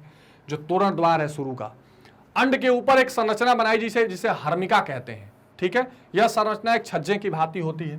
ठीक है, जैसे अब देखिए ये द्वार की आप स्थिति देख रहे हैं, है ना, ये द्वार है सांची स्तूप का। अभी हर्मिका की भी चर्चा हम करेंगे। तो सांची और भरत के प्रारंभिक स्तूपों को देखकर स्पष्ट होता है कि प्रारंभिक स्तूपों का निर्माण बिना किसी अलंकरण के, अच्छा ये इंपॉर्टेंट है, हर्मिका कहते हैं। यह संरचना छज्जे की भांति होती थी और उसका निर्माण देवताओं के आसन के रूप में किया जाता है कि देवता आकर इस पर बैठेंगे। हर्मिका के ऊपर एक सीधा स्तंभ होता था जिसे यष्टि कहते थे। ठीक है, देखिए अभी हम इसको जरूर देखने का प्रयास करेंगे। ये देखिए, ये पूरा ये आपको गुंबद दिखाई दे रहा है, फिर ये गोल में दिखाई दे रहा है। ये ऊपर इस स्तूप के ऊपर एक यष्टि होता था जो ऊपर निकला होता था। ये बहुत महत्वपूर्ण है। ये तोरण द्वार आपको दिखाई दे रहा है, तो इस तरह आप सांची स्तूप को देख सकते हैं। ठीक है, हर्मिका के ऊपर स्तंभ होता था जिसे यष्टि नष्ट कहा जाता था। इसके ऊपर एक छतरी लगी होती थी। टीले के चारों ओर एक वेदिका बनाई जाती थी जो सामान्य दुनिया से उसको अलग करती थी, है ना। सांची और भरौत के स्तूप को देखकर लगता है कि प्रारंभिक स्तूपों का निर्माण बिना अलंकरण यानी बिना कोई साज सजावट के किया जाता था। इसमें केवल पत्थर की वेदिकाएं, तोरण द्वार और पत्थर की वेदिकाएं भी लकड़ी अथवा बांस के बने हुआ करती थी। इन स्तूपों के चारों दिशाओं में बनाए गए तोरण द्वारों पर सुंदर नक्काशी की जाती थी। ऐसे नक्काशी उन द्वारों पर की गई है। इन स्तूपों में उपासक पूर्वी तोरण द्वार से प्रवेश करके आकाश में सूर्य पथ का अनुकरण करते हुए परिक्रमा करते थे। जैसे जैसे सूर्य घूमता था वैसे वैसे परिक्रमा होती थी। लेकिन कालांतर में बने स्तूपों को देखकर लगता है कि बाद में स्तूपों में ताक और मूर्तियों को थोड़ा सजाने लगा। तो शुरू में बहुत सिंपल स्तूप बने हैं, बाद में थोड़े सजावटी स्तूप बनाए गए हैं। अब अगर खोजों की बात करें तो अमरावती और सांची दो महत्वपूर्ण स्तूपों की चर्चा हम थोड़ी कर लेंगे। अमरावती और पेशावर जो पाकिस्तान में है, ये स्तूप बहुत महत्वपूर्ण उदाहरण वाले, अनुपम उदाहरण वाले स्तूप हैं। प्रत्येक स्तूप का अपना एक इतिहास है और इन स्तूपों की खोज का अपना एक कहानी है। अब अमरावती स्तूप की बात करें तो अमरावती के एक स्थानीय राजा जो एक मंदिर का निर्माण करना चाहते थे, अचानक 1796 में अमरावती के स्तूप के अवशेष उनको मिले। उन्हें ऐसा लगा कि इस पहाड़ी में शायद कोई खजाना है, तो उन्होंने वहां से पत्थरों को निकलवाकर मंदिर निर्माण में इस्तेमाल किया। फिर 1854 में गुंटूर के कमिश्नर वॉल्टर एलियट ने अमरावती की यात्रा की और उन्हें कई मूर्तियां मिली, पत्थर मिले। तब उन्हें अपने पास वो मद्रास ले गए। बाद में पता लगा कि वहां स्तूप है। इस यात्रा के दौरान वॉल्टर एलियट अमरावती के स्तूप के तोरण द्वार भी खोजने में सफल हुए और निष्कर्ष निकाला कि अमरावती स्तूप सबसे विशाल और भव्य स्तूप था। कई मूर्तियां अंग्रेज अधिकारियों के बगीचे की शोभा बन गई। अमरावती स्तूप की महत्वपूर्ण धरोहर नष्ट हो गई। वर्तमान में अमरावती का स्तूप केवल एक छोटा सा टीला है और हम इस महत्वपूर्ण विरासत से वंचित हो गए। यानी उस अमरावती स्तूप को ठीक से खोजा तो गया, लेकिन ठीक से उसको रूपरेखा नहीं दी जा सकी। इधर उधर मूर्तियों को यूज कर लिया गया। कुछ राजाओं ने मंदिर बनाने के लिए ईंटों का इस्तेमाल कर लिया। पता ही नहीं चला कि ऐसा कोई स्तूप था। सांची स्तूप की अगर बात करें तो सांची का स्तूप मध्य प्रदेश के रायसेन जिला के मुख्यालय से 25 किलोमीटर सांची नामक स्थान पर है। विदिशा, रायसेन, भोपाल जो तीनों जिला एक साथ लगता है, उसके बीच में आपको महत्वपूर्ण रूप से दिखाई देगा। सांची बेतवा नदी के तट पर है या भोपाल से 46 किलोमीटर और विदिशा से 10 किलोमीटर की दूरी पर है। 1818 में सांची के स्तूप की खोज का श्रेय ब्रिटिश कर्नल टेलर को दिया जाता है। बहुत महत्वपूर्ण रूप से ये स्तूप है, जरूर ध्यान रखेंगे। कर्नल टेलर 1818 में एक दिन जब सांची गांव की एक पहाड़ी पर पहुंचे तो उन्होंने वहां एक गुंबद जैसा टीला देखा। फिर मेजर अलेक्जेंडर कनिंघम ने व्यवस्थित रूप से इस टीले की खुदाई कराई और खोज के कार्य को आगे बढ़ाया। अब ये सांची स्तूप है, आप इसको देख सकते हैं। इतना बेहतरीन ये स्तूप है। अगर ये भी अगर ठीक से सजवाया नहीं गया होता तो शायद ये चीज हमारे सामने नहीं रहती। विद्वान पुरातत्ववेत्ता एच कोल ने 1881 में सांची के खंडहर को सुरक्षित करने के लिए सांची की पहाड़ी के ऊपर हिस्सों को साफ कराया और इसे व्यवस्थित ढंग से सुंदर कराया। आगे चल के 1912 में आर्कियोलॉजिकल सर्वे ऑफ इंडिया के डायरेक्टर जनरल जॉन मार्शल ने सांची स्तूप के उत्खनन कार्य को गति प्रदान की, जिसके फलस्वरूप सांची स्तूप मूल रूप से लाने का प्रयास किया गया। तो ये जॉन मार्शल और कनिंघम जैसे लोगों ने सिंधु घाटी सभ्यता वाले में भी महत्वपूर्ण भूमिका निभाई थी। हमने चर्चा उसकी की है, उसको भी आप ध्यान रखेंगे। तो इस तरीके से हमने ये पूरा चैप्टर एक बार में कवर किया है, जिसमें हम भारत के सांस्कृतिक विकास के इतिहास के बारे में थोड़ी चर्चा कर रहे थे। इसमें हमने विशेष रूप से बौद्ध धर्म, जैन धर्म और शैव और वैष्णव संप्रदाय की बात की, थोड़ी स्तूपों की बात की और साहित्यिक ग्रंथ जो साहित्यिक स्रोत बने इतिहास के निर्माण में, उसकी चर्चा की। आई होप कि ये पूरा चैप्टर आपको ढंग से समझ में आया होगा। इसमें कहीं कोई कंफ्यूजन या डाउट हो तो वो भी कमेंट बॉक्स में हमें जरूर बताएं। एक और बात का विशेष ध्यान रखें कि मैग्नेट ब्रेन्स की अपनी वेबसाइट भी है, magnetbrains.com। जब आप इस वेबसाइट पे आते हैं और CBSE 7 to 12 Hindi medium let suppose आपने सेलेक्ट कर लिया और क्लास 12 सेलेक्ट कर लिया, तो यहाँ आप मेरे साथ इतिहास, भूगोल, राजनीति विज्ञान, अन्य टीचर्स के साथ गणित, अर्थशास्त्र जैसी महत्वपूर्ण विषयों की पढ़ाई कर सकते हैं। और क्या क्या चीजें आपको मिल जाती हैं, यहाँ स्टेट बोर्ड और सीबीएसई बोर्ड के पूरे सिलेबस का ओवरव्यू आपको मिलता है कि क्या क्या एग्जाम में आने वाला है। फिर हर चैप्टर का एक कंप्लीट चैप्टर रिवीजन मिलता है, फिर छोटे छोटे टॉपिक के वीडियो मिलते हैं, फिर सैंपल पेपर मिलता है, एमसीक्यूज मिलता है। सारी चीजें जो आपको परीक्षा के लिए जरूरी है वेबसाइट पर क्रमबद्ध तरीके से लगा दी गई है कि आपको भटकना ना पड़े। वॉच नाउ करते ही आपको इस तरह से चैप्टर खुल जाएगा, वहां से आप प्रीवियस वीडियोस, नेक्स्ट वीडियोस आराम से देख सकते हैं, कहीं कोई ऐड या कोई कंफ्यूजन नहीं आएगी। सबसे खास बात यह है कि आप हमारे यूट्यूब से पढ़ें, वेबसाइट से पढ़ें या मैग्नेट ब्रेन्स के ऐप को डाउनलोड करके पढ़ें, सारी की सारी शिक्षा 100% मुफ्त दी गई है। ठीक है, तो आप लाइक, शेयर और सब्सक्राइब करते रहिए। कमेंट बॉक्स में अपना फीडबैक जरूर बताइए। मिलते हैं अगली वीडियो में अगले कंसेप्ट के साथ, तब तक अपना बहुत ध्यान रखिए। Take care, bye bye.